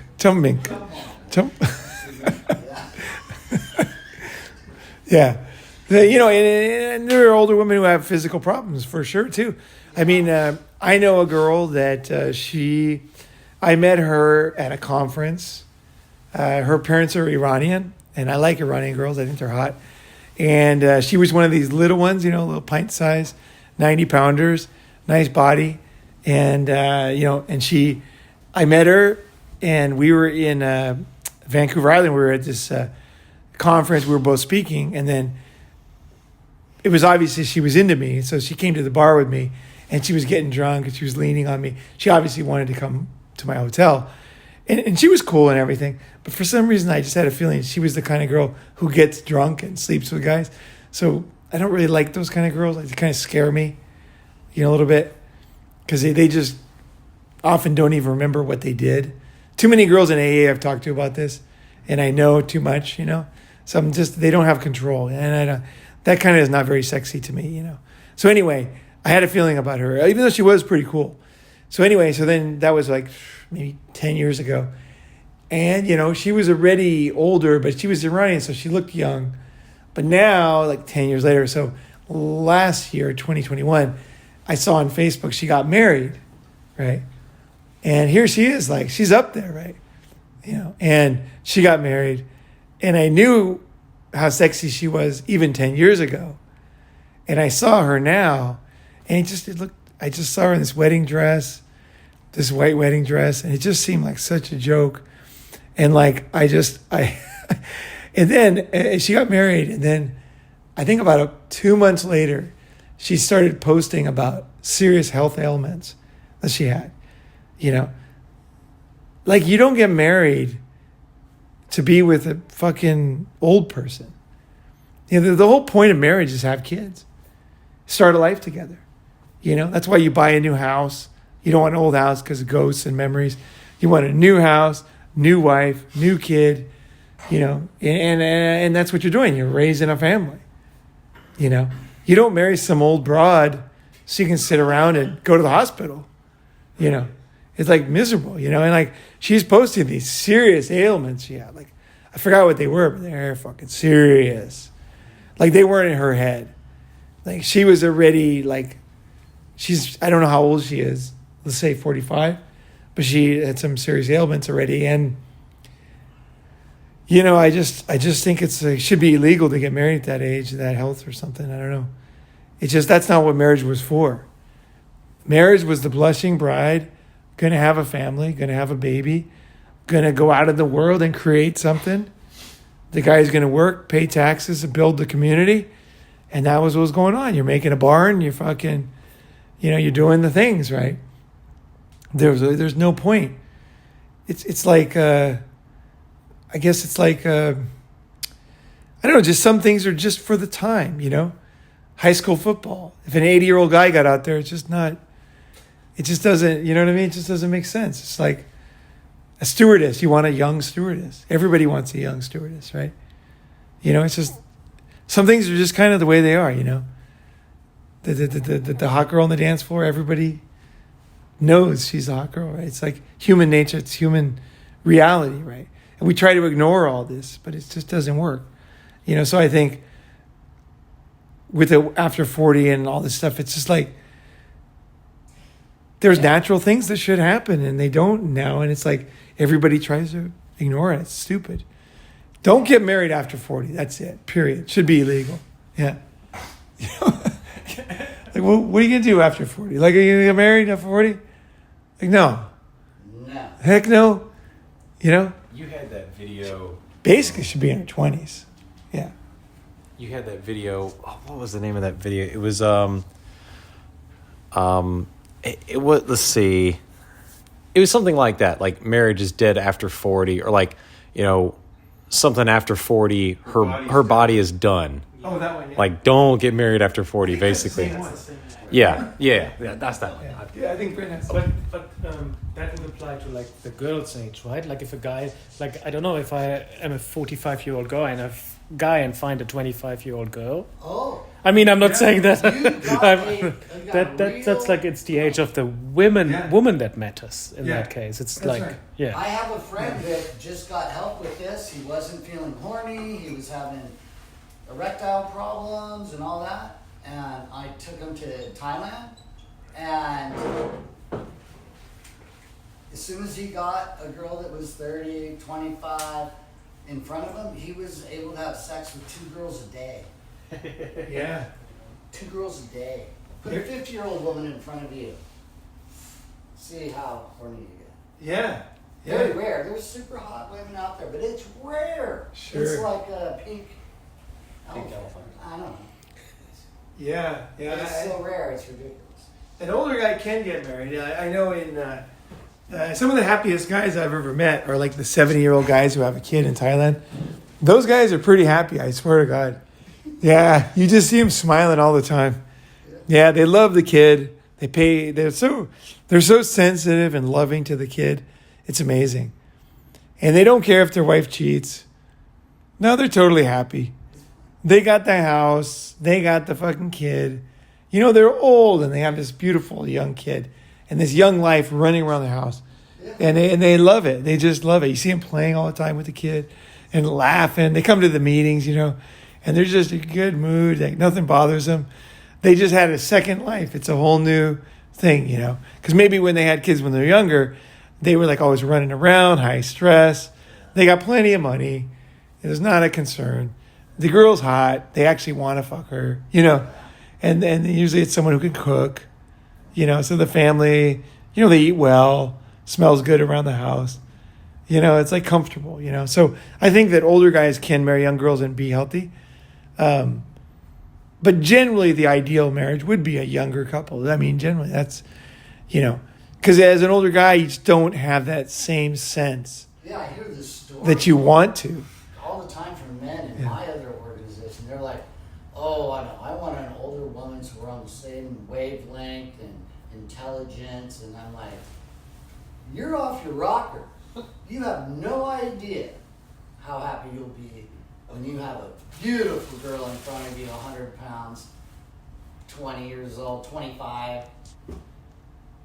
Giggling. You don't need any kind of... You don't need to talk about anything. And you'll be so happy. Yeah. Just joking around. They, like a lot of girls, young girls, they'll have little jokes they do, like kind of like a practical jokes. Oh, yeah. You know, take away your blanket or something, like just little cute things. They're just doing little things that older women never do. You know, younger women, they're still learning.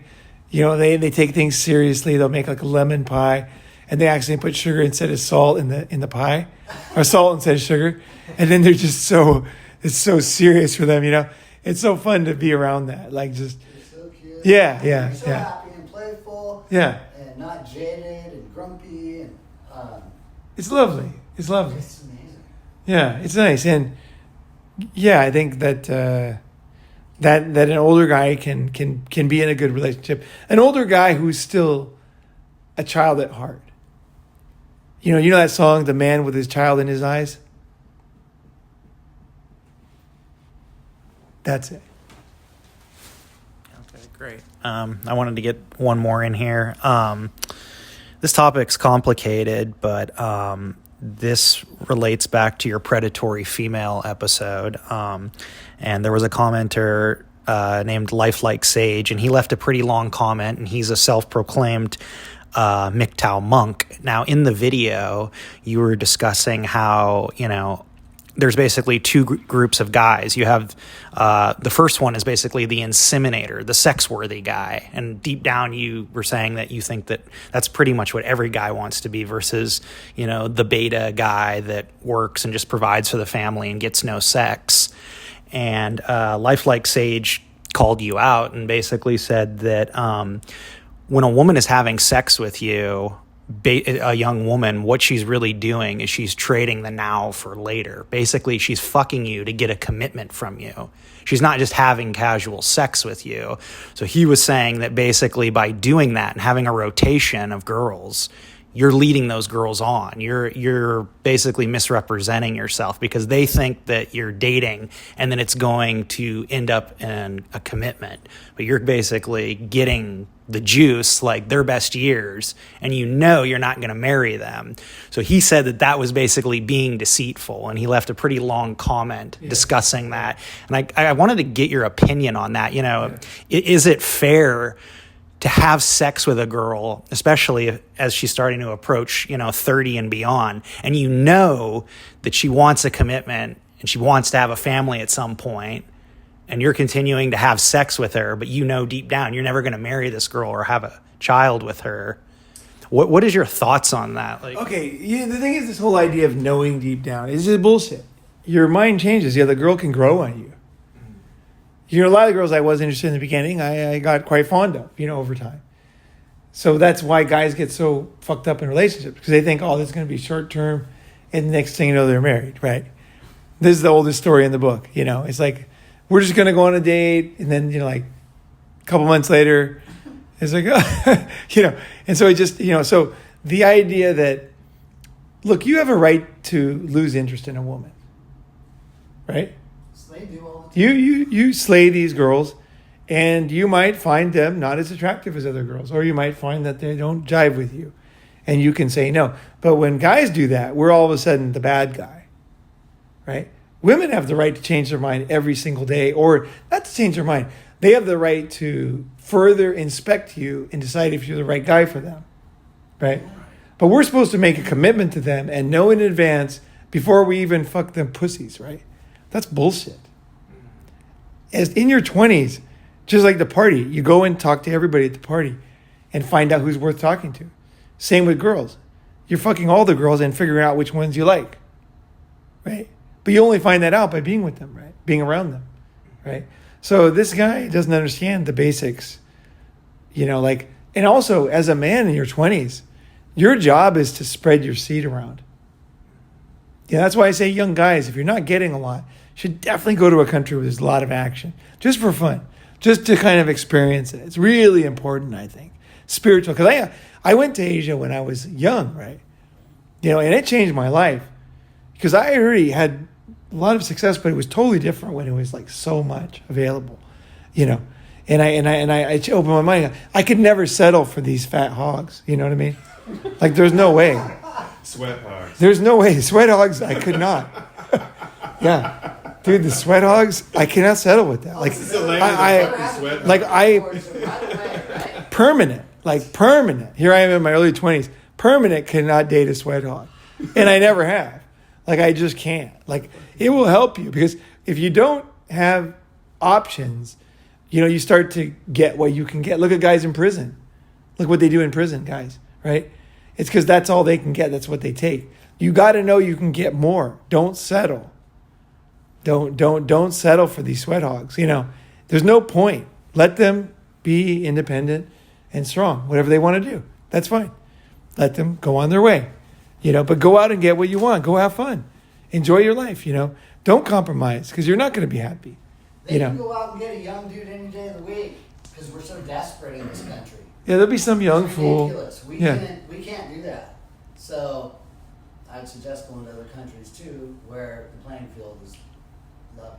Yeah, and the thing is too is like this is worth doing a whole video on. I've actually thought of doing a video on this. But basically, I think, like Robert Greene. I love Robert Greene. You should read his book. I've read all his books, but the book on human nature, Laws of Human Nature, is a great book. And there's a lot of good interviews with him on YouTube about that book. But he looks at the dark side of human nature. And you have to know that, men, we also have, sides of ourselves that are more animalistic and everything. And, when you're in your 20s, I just think you're a fucking wolf, man. Go out and fucking eat meat. Like, you know what I mean? Like a lot of the things that I would not do now, I did in my 20s, and I'm happy that I did it. You know, I lived my visceral life.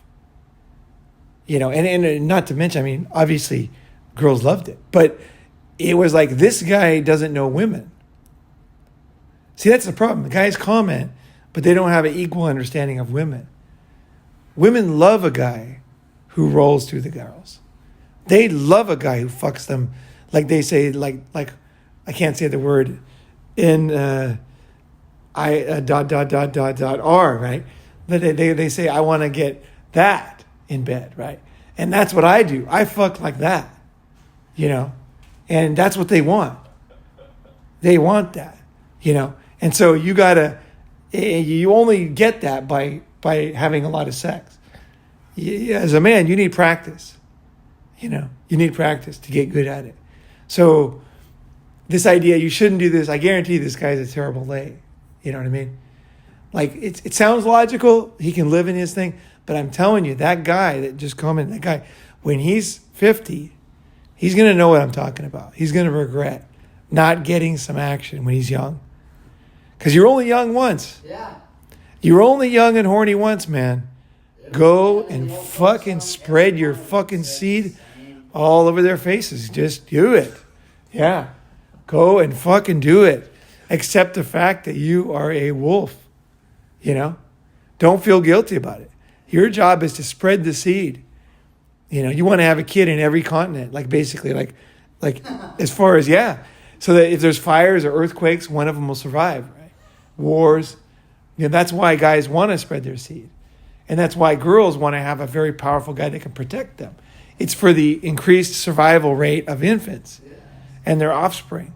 Your best chance is not to find a good woman. It's to spread it around to several locations. And there won't be a disaster in every location, a disease in every location, right? And every type of nationality and everything. Basically be the United Nations of sex. Just getting out there, you know. That's the best way to go. And so the problem with these guys, is they comment, but they don't know. Like, I don't want to say bad things, but like, they have no idea how much I know about women. Like this guy and how much he doesn't know. You know, saying those things. Like women, I could talk to women, I could tell women, and women listen to this. And they'll be like, you're right. Yeah. We like what you do. It's not perfect. We want you to change. We want you to do this, which they know I won't. But they want, you know, but at the same time, that's what they want. Women instinctually, sexually, they need it. So, you know, be careful of too logical. You're a wolf. Spread your fucking seed, man. Deep inside. Move into an You know. apartment complex in Yeah. a college for 2 years and look outside the door every morning and every night, and you'll see these women with so many different guys coming through their door. It's incredible. Yeah. Yeah, I'm sorry, but Yeah. You know, my not gonna hurt their feelings that much. They are going through guys like an average woman has 14 guys hitting on them every month. Oh, totally. And I mean, at that college age, I mean, they're still younger. And there's no doubt that women, like, you know, enjoy having orgasms and all that. But I think what his point was is as a woman starts, you know, getting up there in age and she starts approaching 30 and beyond, if you're continuously hanging out with her and having sex with her, and you know in the back of your mind that maybe you're going to marry someone else or maybe not even get married at all, you're taking that juice, you're burning up her time, and then you're going to leave. So he's saying that that's being deceitful because you're getting all the good stuff, but you're not going to, you know, reciprocate it in the future and give her a commitment. Another misunderstanding. Yeah, okay. So if you watch the video, How to String Women Along, right? What I said was, you know, you don't want to string a good woman along. Okay? So you fuck her and everything, but once she gets to a certain age, you know she wants to get married, you let her go. Yeah. You know, I tell girls, like good girls that I have, they're good to me, they'll be hanging on, and I know they're at that stage where he's talking about, where they're past just wanting to be my girl, having me as a boyfriend. They want to get married. and that they really want to get married. It's time for them to get married, and I will let them go. So I sit them down and I say, look, you really should find a guy to marry you, and find a guy with good health insurance, guys this, guys that, and find, like I told this one girl, I said you should find a rich Chinese guy. Another one I said you should find a military guy. They both took my advice. They're happy now. I fucked them senseless when they were in their 20s, and then they loved it. Yeah, but then when they were older, it was time to move on, and I let them move on. So the only ones I would string along are the ones that are basically evil. You know what I'm saying? Yeah. So if they're evil, string them along. Fuck them. Yeah. Don't worry about it. But, they watch that video. You have to really listen carefully to my videos because I'll say string them along, but I'm not saying a good woman. It's somebody who already doesn't have good intentions for you. You don't owe her anything. She has terrible intentions for you. So just fuck her. Just be practical. If you want to fuck her, fuck her. If you don't want to still fuck her, don't fuck her, right? But don't feel like, oh, I got to protect her. It's like she doesn't give a shit, right? Some women are not nice, right? So those type of women, you have to be able to differentiate, right? Differentiate. So no, I don't do that. I learned my lesson. I mean, when I was younger, I didn't know these things, Right. But now that once I got to a certain age, I realized, just like I was saying earlier, some of these girls are pretty cool, right? You got to let them go. Yeah. You got to let them go because if they don't go and do their own thing, they're going to miss, kind of their chance to do their thing as a woman. What the hell is it? I don't know who has the key. I gave the key to somebody and they came back. Did you go? No. Did SBC, did you get the key? I gave the key to somebody. Did he take Yeah, somebody. the guy? I don't think so. Somebody. Oh, no, here it is. I got it. Here it is. Okay. I didn't hear it in my pocket. Yeah, there it is. Thank you. I checked. So that's the thing. You have to be wise and be good to the good girls. You still are a wolf, right? So you're giving them what the natural man-woman thing, but same time you have sensitivity. I have sensitivity. I always try to make their life better than before they met me. I try to help them if you get a better job. I try to, like, a lot of things, like women learn a lot from me. Just like almost like Ronin Man channel. Like I really teach these girls a lot. Like a lot of them, after we break up, I'll check their Facebook or whatever, and then they'll have or I won't check. I don't check. Somebody will send it to me, or they'll send it to me, or whatever. I'll somehow come across a picture, and I'll realize they do all the things I taught them. Like they'll be eating vegetables all the time, and they'll go to the beach and like enjoy the beach the way like I do, like really enjoy it, and they learned a lot from me and they got a lot from me. So I try to give a lot because I know I'm not going to stay with them, so I want their life to be better. One girl, she was not going to finish school. I said, look, if she's going to drop out college, I said, if you drop out, I'm going to break up with you. You got to finish school. And she was like, damn it. And then she did. And she did well, So, I try to do things that are good for them. But, sometimes it usually works, but sometimes some girls slip through the cracks, But my intention is them to make their life better. But also, I'm a fucking wolf in my 20s. I had to fuck girls. I saw a girl, I just needed to smell her pussy and fuck her good, and I just saw her, and she knew it too. She was like, yep, this is that kind of guy. He's going to do that to me. And they're into it too. It's a lot of men have no understanding of how visceral and how carnal the world is. Like sexuality. They're so out of touch, it's all logic with them.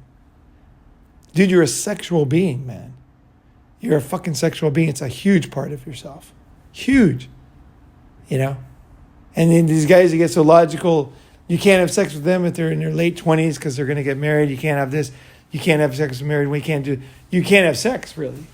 Because women don't like you when you're young. You don't have money.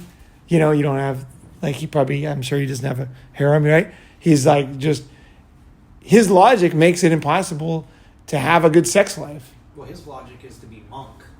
That's what he said in the comments. Exactly. Like monk, like that is a foolish idea. I don't mind if somebody has a foolish idea. It's fine. I've had a lot of foolish ideas. Your body needs that, you know. He just doesn't see that there's ways to get what he wants without doing the things that he thinks he has to do. You know, and he probably isn't monk either anymore. That was several years ago. You know, these guys, they're monk for like a while and they're not monk. And trust me, I know from experience some monks who are fucking girls now who still pretend like they're monks. They're married. So, you know. Well, that's when you become a monk. Yeah, temporarily not monk there, yeah. But, you know, a lot of these guys, you know, they're trying to do the impossible. And they basically don't have a good mentor, you know. It's like you're not going to have sex. You're going to end up doing sex somehow. Something's going to happen. You're fucking with the very balance of your life, like your pH, your everything, your chemicals, your I can't think of the hormone, but the hormone that makes you feel oxytocin, you know, of your life, you know. So you got to be a sexual guy. And some girls, you're going to fuck them and they're going to make mistakes. Shit's going to happen, you know. Some girls are going to have misunderstandings. And I think, truth be told, a lot of these guys, the reason why they can so easily turn down sex because they're afraid of fucking women. They're afraid of many things. They don't have the skill to pick up. They don't try to improve themselves. They're just kind of maybe had one girlfriend that hurt their feelings or they walk away, you know. It's like they haven't learned the things they need to learn as a man. I've never met a guy who very successful women and becomes a monk. Like, I just haven't never met that. Because you always know you can do it. There's girls that want to do it. You don't have to give any. You know, a lot of guys, they think they have to give all this stuff to women if they have sex. They don't. You know, a lot of women just want a good bone and that's it. You know, you can totally do that. You know, and you're not leading them on. You know, a lot of these girls, they might want to bone you so they don't bone the guy they're going to marry because they want to act all prissy with him. They can be good girls, bad girls with you. He never considered he could be that guy. The only thing in his mind is to be the beta guy with her, and that would be, and then to leave her, right? So be the same as he's being now, but then to leave the girl and like lie to her. You know, someone like Brand will say, "Oh, I'll come in and stretch you out, you know, it's fine. You know, let's go." You know, he's not going to say those words, you know what I mean? But he's going to say it pretty raw, and she'll be like, all right, she's down, right? Yeah, but this guy, he doesn't, he's like fucking trying to ball it. And a lot of it is excuses. Whenever you hear a guy who's not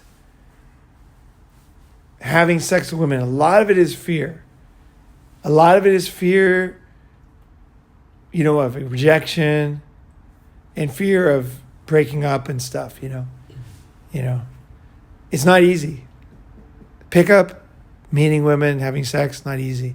It's really hard. It's one of the hardest things for guys to learn because you have to improve every part of your life, your brain, your physical aspect, your humor, dress better, cooler haircut, you know, everything. You got to improve yourself. Better, you know, better humor, you know, all this kind of stuff, right? So that's hard to do. It's hard to, a lot of guys just give up and they come up with excuses. Well, I'm just going to give up, girls are bitches or something, you know. But in reality, it's not the real reason. The real reason is they're hiding their fear of trying. You know, fear of getting out there. They don't want to do the work. They're afraid. You know, it's like scary. It's terrifying as a man, you know, to get turned down and to get, you know, that you might fall for some girl and she leaves. She might cheat on you. It's easier not to do it. But that's not what men are for. Men are, you know, that's not what we're here for. We're here to fucking live life and go into these dangerous situations and just figure out what we got to figure out, learn what we got to learn, you know? So I would say this guy, I think I got his number, you know, and learn, go try something new. Go try something that's really hard for you to do. Even if you don't want to have sex. Let's say he's a monk. Go talk to a hot girl in the club. Get her laughing. Get her phone number. You can still be a monk. Get her naked in your bed. Get a really hot young girl naked in your bed that's super wet and stoked for you. And then don't fuck her. You can do that. You're still a monk. That's right. Yeah. But at least you learn how to do something, right? You know? And you got confidence. Because this stuff gives men confidence. Is that ability to do what they want, to try things, to get in there, right? So yeah. So that's what I would say there. I think that's what's hiding under that. And it hides under all of us. We're all afraid of approaching women. It's scary, you know, and that's accepting your fears, you know, that it scares you, right? 40-year-old guys get divorced, they're terrified, you know. Young guys are terrified. You know, it's scary for us to approach women. And they reject us hard, right? I'm not saying you have to. I'm not even saying you should have sex or anything. I'm just saying, like, don't lie to yourself. Like, come up with all these elaborate excuses why you're doing this. You know, you're this big hero because you're not doing this for the society, for, like, the better of everybody, to save the planet. You know, if you haven't saved the planet before, you're probably not saving the planet now. If you saved the planet before, I don't know who that would be, but if somebody did, you know, that's great. You know, then maybe you're doing it again. But if you haven't done it before, you're probably just doing it because of your own dark side and your own fear and maybe trauma from past situations. So deal with the trauma. Be honest with yourself. You know.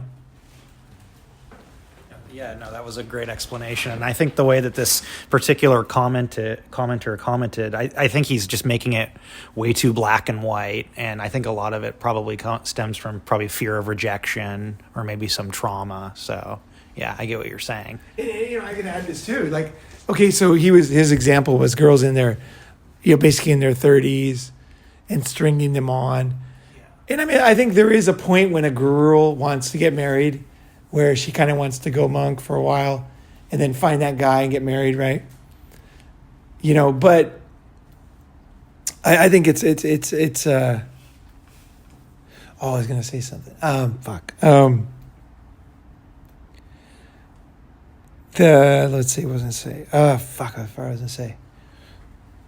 Yeah, I can't remember. Yeah. Okay. Yeah, no worries. Yeah, basically it's just not that black and white. So, yeah. Okay. Girls like sex too. Absolutely. Yeah. They're not given this basic perspective is that girls are giving you a gift and you're taking advantage of it and they're stringing you along to marriage.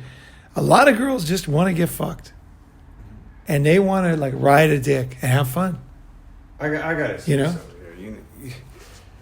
I mean, he's 100% right.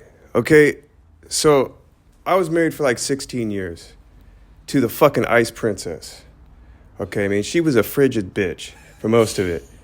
She had a smelly ass twat for a lot of it. I mean, like, she didn't even give a shit, you know? And, you know, yeah, sometimes there were some good times or whatever, but, you know, the bottom line is you know, familiarity breeds contempt. It don't matter even how great you are or what you gave her. It don't mean nothing. So when she was out, I met another gal, and, like, within a month later, I found somebody. I got more pussy in 1 year than I got in 20 with one gal. And it's like, and she just wanted to get fucked, like sometimes 3-4 times a night. And she bragged to her friends. She goes, oh, man, he asked me like a 25-year-old, you know, he's like a, you know, a Blink Blink Blake star or whatever, you know, he's like he said, oh, yeah, put in coin and then pull the handle like a slot machine. I mean, it's like, I didn't have no problems, you know. And, you know, she was like, you know, a little older. She was about 40. And she wanted it constantly. So, and why? You know, and, you know, as it turns out, she was nuts. And she was dishonest about her marriage status. She actually had not completed her divorce. But because I was not married to her, and, you know, and then she wanted to get married and all this, and she wanted, you know, she did him, you know, a good guy that she was married to before, you know, at first it was a smear campaign. Oh, this guy ain't nothing, you know, whatever. He was a good guy. She just got bored of him, and she had already cheated on him with some CEO dude that was like a millionaire. That's why she got enticed by this dream, and that guy actually was full of crap. That's why she left her husband. She left her husband dead and dirty for some other guy she thought was better. Then that guy ditched her because he was probably spinning plates. And then she went through a bunch of guys, and then I came along, and then, I was with her, and then, of course, she wanted to get married. But the thing is, I realized pretty early on, she ain't the greatest gal. So, fuck yeah, I strung her along. You have to. Better than us. They're going to string you along. My old lady strung me along. That's what people do. It just depends on, I think it depends on the quality of girl a lot. Yeah. I have sympathy, I have mercy on nice girls. If they're being really good to me, I will have some mercy on them at some point. Yeah, I will. But if they're cold and like that, and they've done a lot of guys dirty, it's not that I will deliberately do something. I just won't go out of my way. Because it's like a job, right? You got a job you're tired of, right? You're super tired of this job. And you're interviewing for new jobs. But you don't tell your boss, hey, I'm interviewing for new jobs. Because then he's just going to fire you before you quit, right? You got to pretend like you're still working there until you get the other job, and then you tell him, right? You get the offer, sign the offer, right? So right. Same with the girls. You're not going to, those girls that are not that great, you're just going to kind of be around them and be comfortable and have sex with them, and then you're kind of looking for something better, and you find something better, and then you kind of let them go if you want to. But this is what I was going to say. It's Ronin man's right. Always, if you meet a good girl and she's a good girl, don't do her dirty. Try to do the right thing, But the thing is, you find early on with a lot of these gals, they are willing to hit that nuclear button. They're willing to give you that ultimatum to unravel the whole relationship. That's when I think. I look at okay, well, I'll get you. Something you said is good. I look at how they treated other guys. Yeah, that affects me. They tell me about how they treated their husband or whatever, and that affects that makes me do my decision. Because I know. It's like they were nice to me, but look how they treated their husband, right? So that makes me less, a little careful. Not always, not completely. Some girls, there have been girls that did their husband dirty, and I still thought they were good girls. But a lot of times, I will take that in consideration. Another man got fucked over by them big time, right? They cheated on him. It's like, and I think a lot of guys look like you're a wolf, man, at some level. If you don't want to be like a healthy guy, just be in your head all the time. Life is not perfect. No one's perfect. I wasn't perfect with every girl. You're not going to be perfect in every relationship. You'll always have that one nightmare relationship that you don't want to talk about. There's going to be something that just didn't work out, and just you weren't your best self, right? I think every guy has been after a breakup has been didn't want to break up with some girls, where it was really hard on you, you really it was difficult for you to get over that girl. That's normal, accept that, take it, man. Take a rough and tumble life, man. Get out there. But if you travel, it gets easier. It does get easier. New countries. These monks, they're not monks very long in Thailand. Yeah. Right. Well, I mean, the way I look at it is even if the girl's fucking you to get you into some form of a commitment, whether it be marriage or have a baby, if she's not getting what she needs, she's always free to leave. So, I mean, I don't really think of it as stringing them along. I mean, they can always just, cut off the relationship too. So they can, but if you're a powerful guy, you can string them along a little bit. So you got to kind of if you are doing that, you sense it. I guess most guys wouldn't have this problem, but if you do have this problem, be honest with yourself, because you're going to feel bad if you do it. If you do kind of do it deliberately to a good girl, you're going to feel terrible, because you're going to see your life not be as good, right? I kind of want to date these girls, fuck these girls, and then later their life goes great after me. That's kind of my goal. Is they end up with families and everything they want. They go do that. We had a good time. I was a good memory. You got the summer romance. They had it, and then they moved on. They did their thing. That makes me super happy. I don't want them pining around and stalking for decades. Because I've had those. I have those now even. It's just it's sad. And they're just the type that they're just never really that happy, right? All right, shifting gears. We're in a new year. It's now 2022. where do you see, I know you're not big on labels anymore, but where do you see MGTOW, the manosphere, red pill? What direction do you see it going in this year and moving forward? Any predictions? It's really interesting. Like, there's a lot of stuff happening right now. There's a lot of new information out there, new channels. A chick named Melanie King something or whatever. Yeah, she had black chick. She's awesome. I like her channel. There's girls doing MGTOW channels now, or and so like really good ones too, like really pretty darn. I don't agree with everything because she does have a different religious. There's not very much bad to say about her. Her channel's really good actually, but there's a couple of perspectives I don't have exactly the same as her, but. The manosphere has really changed. The ideas have evolved and become more mainstream. So I think that there's a lot of new voices, and there's a lot of more humor now. I find myself laughing more, with stuff, which I like, So I think that, I was around at the beginning of pickup, and it was almost illegal in the beginning, and then now it's just standard stuff. It's like no one thinks somebody who whatever tries to pick up a girl is like, or studies pickup or anything is weird. It's totally normal, And I think the manosphere is going to become more common because these family courts are still ripping guys off. Less and less guys want to get married. There's more and more guys that are interested in doing what we're doing. It's going to get big, you guys. At some point, I think that, you had Ben Franklin and all these guys, the guys who founded the country and all these guys, Jefferson. And in some ways, we're like the very beginning of a movement that I think is going to be very big.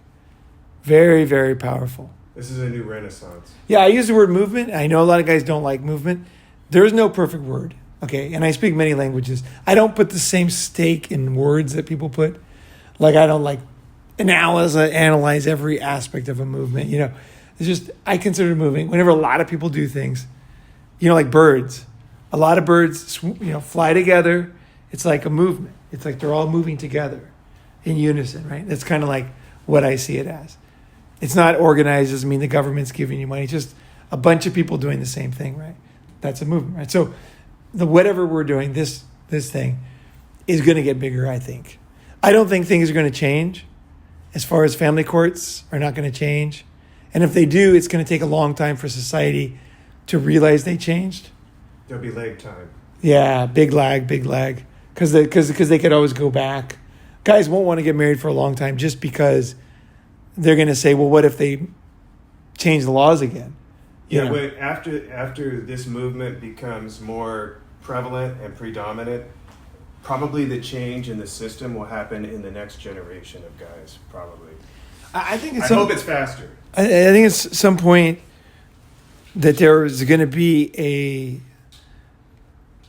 I think somebody, whether it's Melanie King, a woman, or somebody, there's going to be somebody who is listened to finally.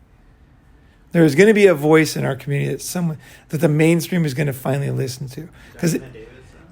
No, definitely not her. I don't think so. She's too controversial. I like her. She calls me all day. She's awesome. She was one of the beginning people, She was right in there. She knows a lot of stuff, She's a very interesting person to talk to. But I don't think it's going to be one of the older creators. I think it's going to be one of the newer ones. One of the brand new ones who has a more softer, mainstream media friendly thing. Like in pickup, right? There was all these pickup programs how to fuck 8 girls in a jacuzzi, some guy had a channel like that, like a thing like that because he did it, right? And he's like, hey, I'm going to teach you how to, and so there was kind of these more extreme people trying to do stuff, and then there was Dave D'Angelo had the perfect touch. His was called Double Your Dating, but the pickup guys never used the word dating. That was against the law because it was more like seduction, and first, same day lays, and dating was like an old thing we didn't do, right? But David D'Angelo was double your dating. That was the right message for the mainstream because the average guy just wanted double, what he has. Instead of like one girl every 4 years, he wants to have 2 girls. Yeah, exactly. He just wanted double. He couldn't imagine having a lot more, but double your dating. And that was the thing that went, he made like $100 million off that program and then subsequent programs. They were huge. A lot of people are married today because they bought that program, they approached a girl, and they're married today, have kids. So a lot of families got started from that. So he was the breakout guy, and he was the guy who never used bad words. He was the guy who actually wasn't very good at pickup even. But he brought on real pickup artists and interviewed them. And then his like live programs had all these like hardcore guys on there. And then he kept it kind of acceptable to mainstream, And then he was the guy who brought it huge. Because before that, it was never huge. It was small, very small. The reason why you guys know about pickup is because David D'Angelo. Yeah, he was the guy who brought it. He was the Microsoft of computers, right? He was the Microsoft. He brought it like, so everybody's got a PC in their house, not just some quantum computer somewhere, right? Or some huge like thing, And I think that there will be somebody in the manosphere, there will be somebody that will take this in an acceptable way that mainstream people can start to see that it's worthwhile to listen to men's needs. Is that men are not happy, and things are not fair, and they deserve to be listened to. And yeah, I think that there'll be somebody who will get that message across, but it'll be much softer and more. We might not even like it, like us guys who started. We might not even like the way it goes mainstream because it might be too watered down or whatever. But somebody will do it, and this is how things develop. It starts out with the extreme guys, radical guys, the pioneers, and then it goes and there's usually someone who packages it up, PG&E, or PNG, some Microsoft who makes it, and then after that, it's just part of mainstream society that you talk about, So I think that the movement, the guys, what do you call them? That's the thing about not using the word movement. I don't even know what else to use. Like what you got to use words, right? And I really am sorry if it offends you because I don't mean to. I'm not looking for government subsidies, right? Yeah, obviously, but it's just a word, right? It's a word that's convenient. So, but this thing is going to grow. And at some point, I don't know when, society is going to realize that if they don't listen to men, there will be negative consequences on population growth. And also more and more parents will see their children not being treated fairly. Women will see their brothers not getting what they want in life. And they'll see that they're good people. They like rational people will see that things are not balanced right now. And then they'll start to listen to men. And of course, it'll be a rocky road. Somebody will say something too extreme and they'll go back into this, these guys are dangerous thing. But then eventually, like all movements and churches, they start out radical and they become mainstream, right? Definitely the men's movement or whatever you call it is going to be a huge, powerful force in the future. And we're in the beginning of it. So it's pretty cool. But what medium will we use? Because they're taking down all the content on YouTube. They're banning content creators. So it's at the same time, it's like it's almost being demonized more. Yeah, there's tools now that they didn't have before. There's going to be, that movie Jurassic Park? The famous line was, nature finds a way. Yeah. Nature finds a way. Yeah, it's like the cat and the mouse. Yeah. Like whenever, in governments, they try to crack down on the thieves always figure out another way to do it. Another way to get their message it'll heard. adapt through, yeah. So, I think the guys are smart. Guys have a very... we're talking, guys are just, it's just so sad. Like, they don't listen to us. They won't listen. They will not listen to men's serious concerns and feelings. And that just can't last forever.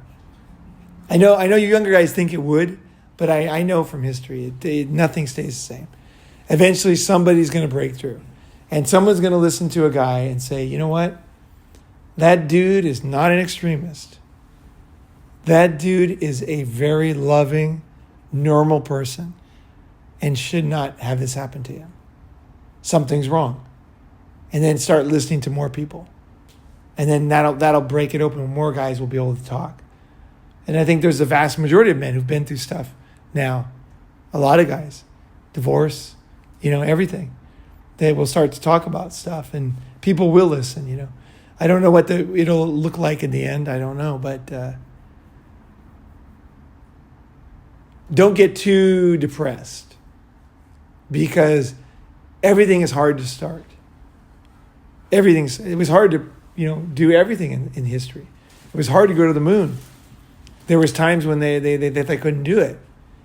It was hard, you know what I mean? There's so many things. There's so many diseases they thought were going to kill everybody. And then somebody came up with the drug that saved it, so there's so many like inventions, that farming, we're going to run out of food, we're going to run out of water. We got plenty of water, It's like none of this stuff happened like there was a way. So society needs men, Society needs men. So that's the thing in the back pocket. We're not squawking here. This is serious stuff. Guys are going through stuff that never happened before. And a lot of older guys don't know. But it's true what's going on today. It's pretty serious stuff, and there's a lot, so it's hard to put into words, right? Like, what is this movement? Somebody's going to do that too. I wanted to do it. I tried to do it, like the perfect video that would describe what we're doing, just one video that could get forwarded. My guess is it'll be a video. Someone's going to make a video, and that video is going to perfectly tell the story without anger, without any vitriol at all. Just perfectly tell the story. And someone's going to hear that, and they're going to forward it, and then more people will hear it. And then things will change relatively rapidly after that. I believe that's what usually happens. It's an idea. It's like a mind virus. Richard Dawkins talk about mind memes, viruses, and it happens when you least expect it. So yeah, don't. Just like Soviet Union fell, World War II ended. All these things, like, oh, they're never gonna. They just suddenly are gone. Soviet Union just suddenly collapsed. A lot of stuff that's going on. It seems like, but it's just if you look in history, there's always these things that happen. Really extreme things, killing witches, and then it goes back, and then the thing now is just like use men as slaves, send them into these courts where they just get everything taken away and it's inhumane and they have no chance to. There's no justice at all, Just throw them in prison, take everything from them. And that seems so hopeless, I'm sure it seemed hopeless in the slave days, that they was never going to end, right? And then all of a sudden, it just, society's consciousness changed, realized that everybody's human and doesn't deserve that, And then it just changed overnight, Like it wasn't really the war, it was more like a subconsciousness. And people realized, So it's a consciousness change is what we're looking for. That will change the outside. So that's why trying to be as good as you can at like presenting the message, the message of pain, not the message of like, you want to get revenge. It's like, what is the pain? What is the reality that we face? What are we facing? The inhumane treatment. Utterly inhumane treatment in family courts, and so many other ways, and like that just presenting that, someone's going to make a documentary, someone's going to make a video, someone's going to do it. I would love to do it, but who knows who's going to do it? There's going to be that guy who can shift. It's not as difficult as you think. Humans are weird things. Yeah. Oh, I was just going to say that there is a lot of positive vibes that I'm getting more recently. Like when there's a lot of woman red pill content creators that are on YouTube. Yeah. There's more and more all the time. Ones I never heard of that are, talking about what we're talking about from a woman's perspective. But you're talking about the deplatforming and stuff. It's going to be pretty hard to deplatform women talking to women about this stuff because it's like from the horse's mouth. They're gonna be like, yeah, you know, this is how it is. And when I bring up a lot of this stuff, new family court stuff, and you know, some red pill stuff to women that I know, colleagues, people I work with, relatives, and they're seeing it too. And there's a lot of very conservative values that a lot of women have. And then they're seeing this stuff go down with the men that they care about, like their sons, their nephews, you know, other guys they know. And it hits home. It hits home when it hits, you know, that close, a relative, somebody they know that they care about, because, you know, men came from a woman at some point. And, you know, they're looking out for us too, you know, in a lot of ways, depending on their perspective. So definitely don't lose hope. Yeah, it's so true, man. It is changing, and everything always does change, you know? It always does change. I know since this channel started, it's definitely changed a lot already. I can feel it getting more mainstream. And I would like to have, I'd like to have a different kind of summit at some point, and then maybe having this type of summit as the inner group, right? But then having a larger group where we get it out to larger groups of people. And, you know, like have I think I saw the MRA conferences they had in Australia, and there was like 500, 700 people there. They were huge. And they were all very well informed, educated, a lot of doctors, a lot of master's degrees, smart guys. And they were talking about divorce issues and stuff. And so there are a lot of smart people, you know, like whether they're lawyers, judges, who know something's wrong, you know, and it just hasn't broken yet, you know, to the main. People still don't know, you know. And young guys don't know. A lot of young guys still think, you know, that's why there's that blue pill word. But I don't like blue pill because we're all kind of blue pill at some point. It's not like we're bad people. We just don't know yet. You know what I mean? You just don't know. You don't know something. You don't know. Finally, you learn it, and then you know. You know. It's like, you kind of start out plugged in a way. For sure. You start out plugged into the matrix because, you know, you have to explore. You have to break out of it to actually become enlightened. I mean, it just, so it's a journey that everybody has to take at some point. Right. It's like saying, oh, you didn't do it as fast as me. You're bad. You're blue pill. It's like, well, so was I, you know, at some point, right? You know, believed in standard society stuff. So, you know, I think demonizing other guys is not a good idea either. I think the more reasonable we are, the faster it's going to happen. The faster that change will happen. And I think that the voices that are the extreme voices on the other side, I don't know how that will affect things, but there's no denying that there's some very extreme voices on the other side that will complicate things too. So I don't want to make it look Pollyanna, because there are some really extreme voices on the other side too. They're just like crazy, and you know, they will have an effect, you know, for sure. But in the end, I'm very confident that not only will change, but have changed. You know, it's not fast enough, right? It's like, let's get it out there quicker, you know. Let's get it out there. So, all right. So I guess we close it up. Or you? Pretty much. I mean, I can always keep going. I could talk to you all day, Ronin. So just to go off of the blue pill versus red pill, one commenter did mention in the comments that he tried to red pill some of his friends, and that it basically it backfired on him because he felt like his friends became angered by him because they weren't. They felt like he wasn't happy for them when all of his blue pill buddies were getting married, and he was trying to warn his friends about getting married. And he said that it's not worth it to try to red pill your friends because they think that you're just being a hater. What are your thoughts on trying to red pill friends and people that you come across in life? I mean, I talk about this in How I Red Pilled Myself video. Right. And when you try to sell an idea to somebody, like BR is the first friend I brought to a summit, right? You know, everybody else is from the channel, right? So like usually I don't tell these ideas to people that much these days because I'm not trying to sell an idea. Like I just tell my ideas on the internet, and then if somebody resonates with them, they come, right? So be careful, you know, if you're trying to sell the ideas and you're having trouble, like just, you know, you don't have to anymore because there's the internet. Start a channel, write a blog. You know, if you really have an idea you want to say, you know, and you can try to do it, but I tried to do it and I lost a lot of friends, you know. But I'm unique because I don't give a shit. Like, it's worth it for me.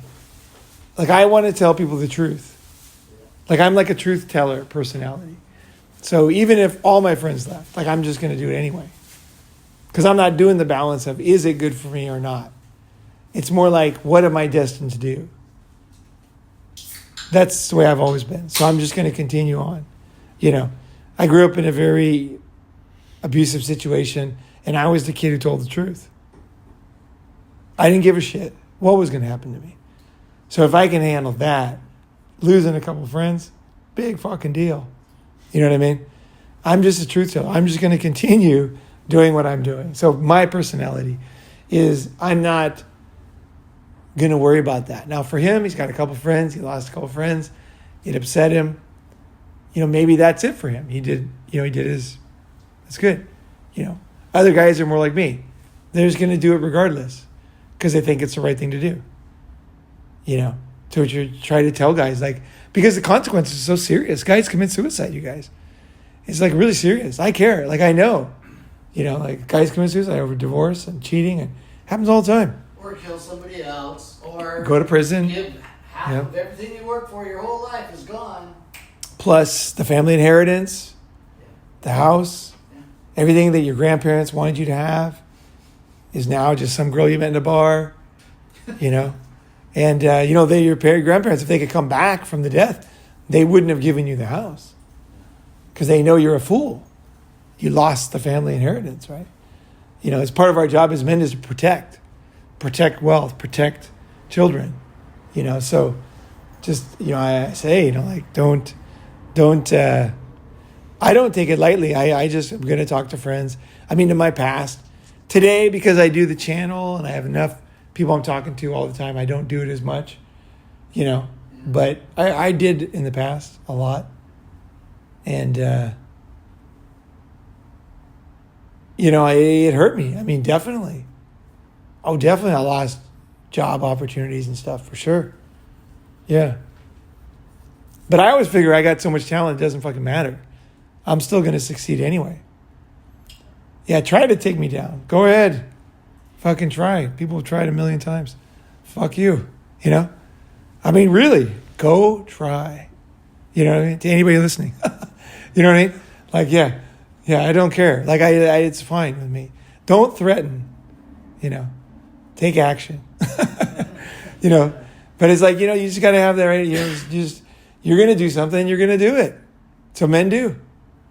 You know, decided you're going to do something, you're going to do it. So decide who you are, what you're going to do. You're going to tell your friends or not. You know, if you want to tell them. You know, I told my brother as he went down the aisle, before he went down the aisle, he said, what do you think? I said, well, I don't know. I said, but I was already totally red-pilled. You know, I said, but, you know, look, I'll just tell you my perspective is if you decide not to get married, right, as you're walking up the aisle, and before you say, I do, I said, I flew over from Japan for this, you know, but I don't care. So I got 2 wetsuits in the car, and we can just go surfing.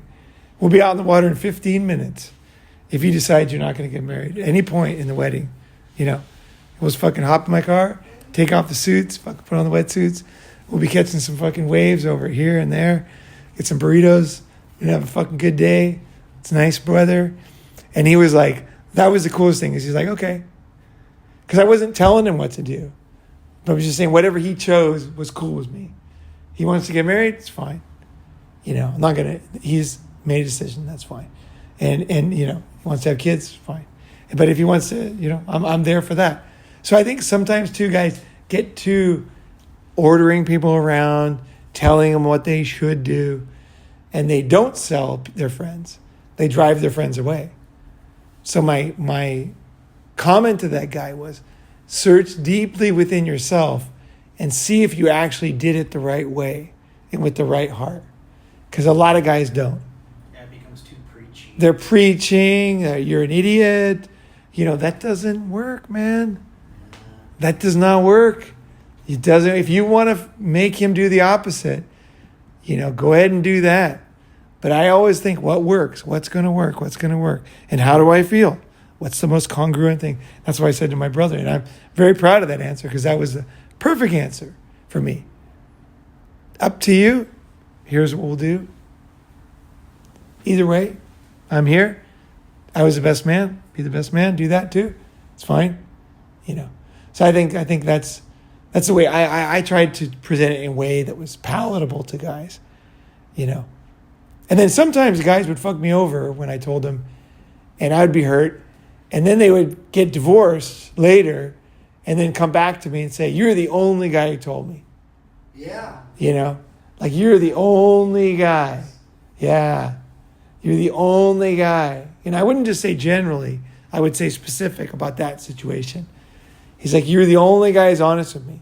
And I tried to make you not honest, but you were honest anyway. And I hated you. I told her. And she hated you. That's why you didn't get invited to this and that and this and that. But, thank you, basically. I wish I would have listened, So, don't, time will tell with that, for those friends. They get caught up in it. It's like when someone joins a cult, you try to convince them it's a cult, but they're going to attack you, right?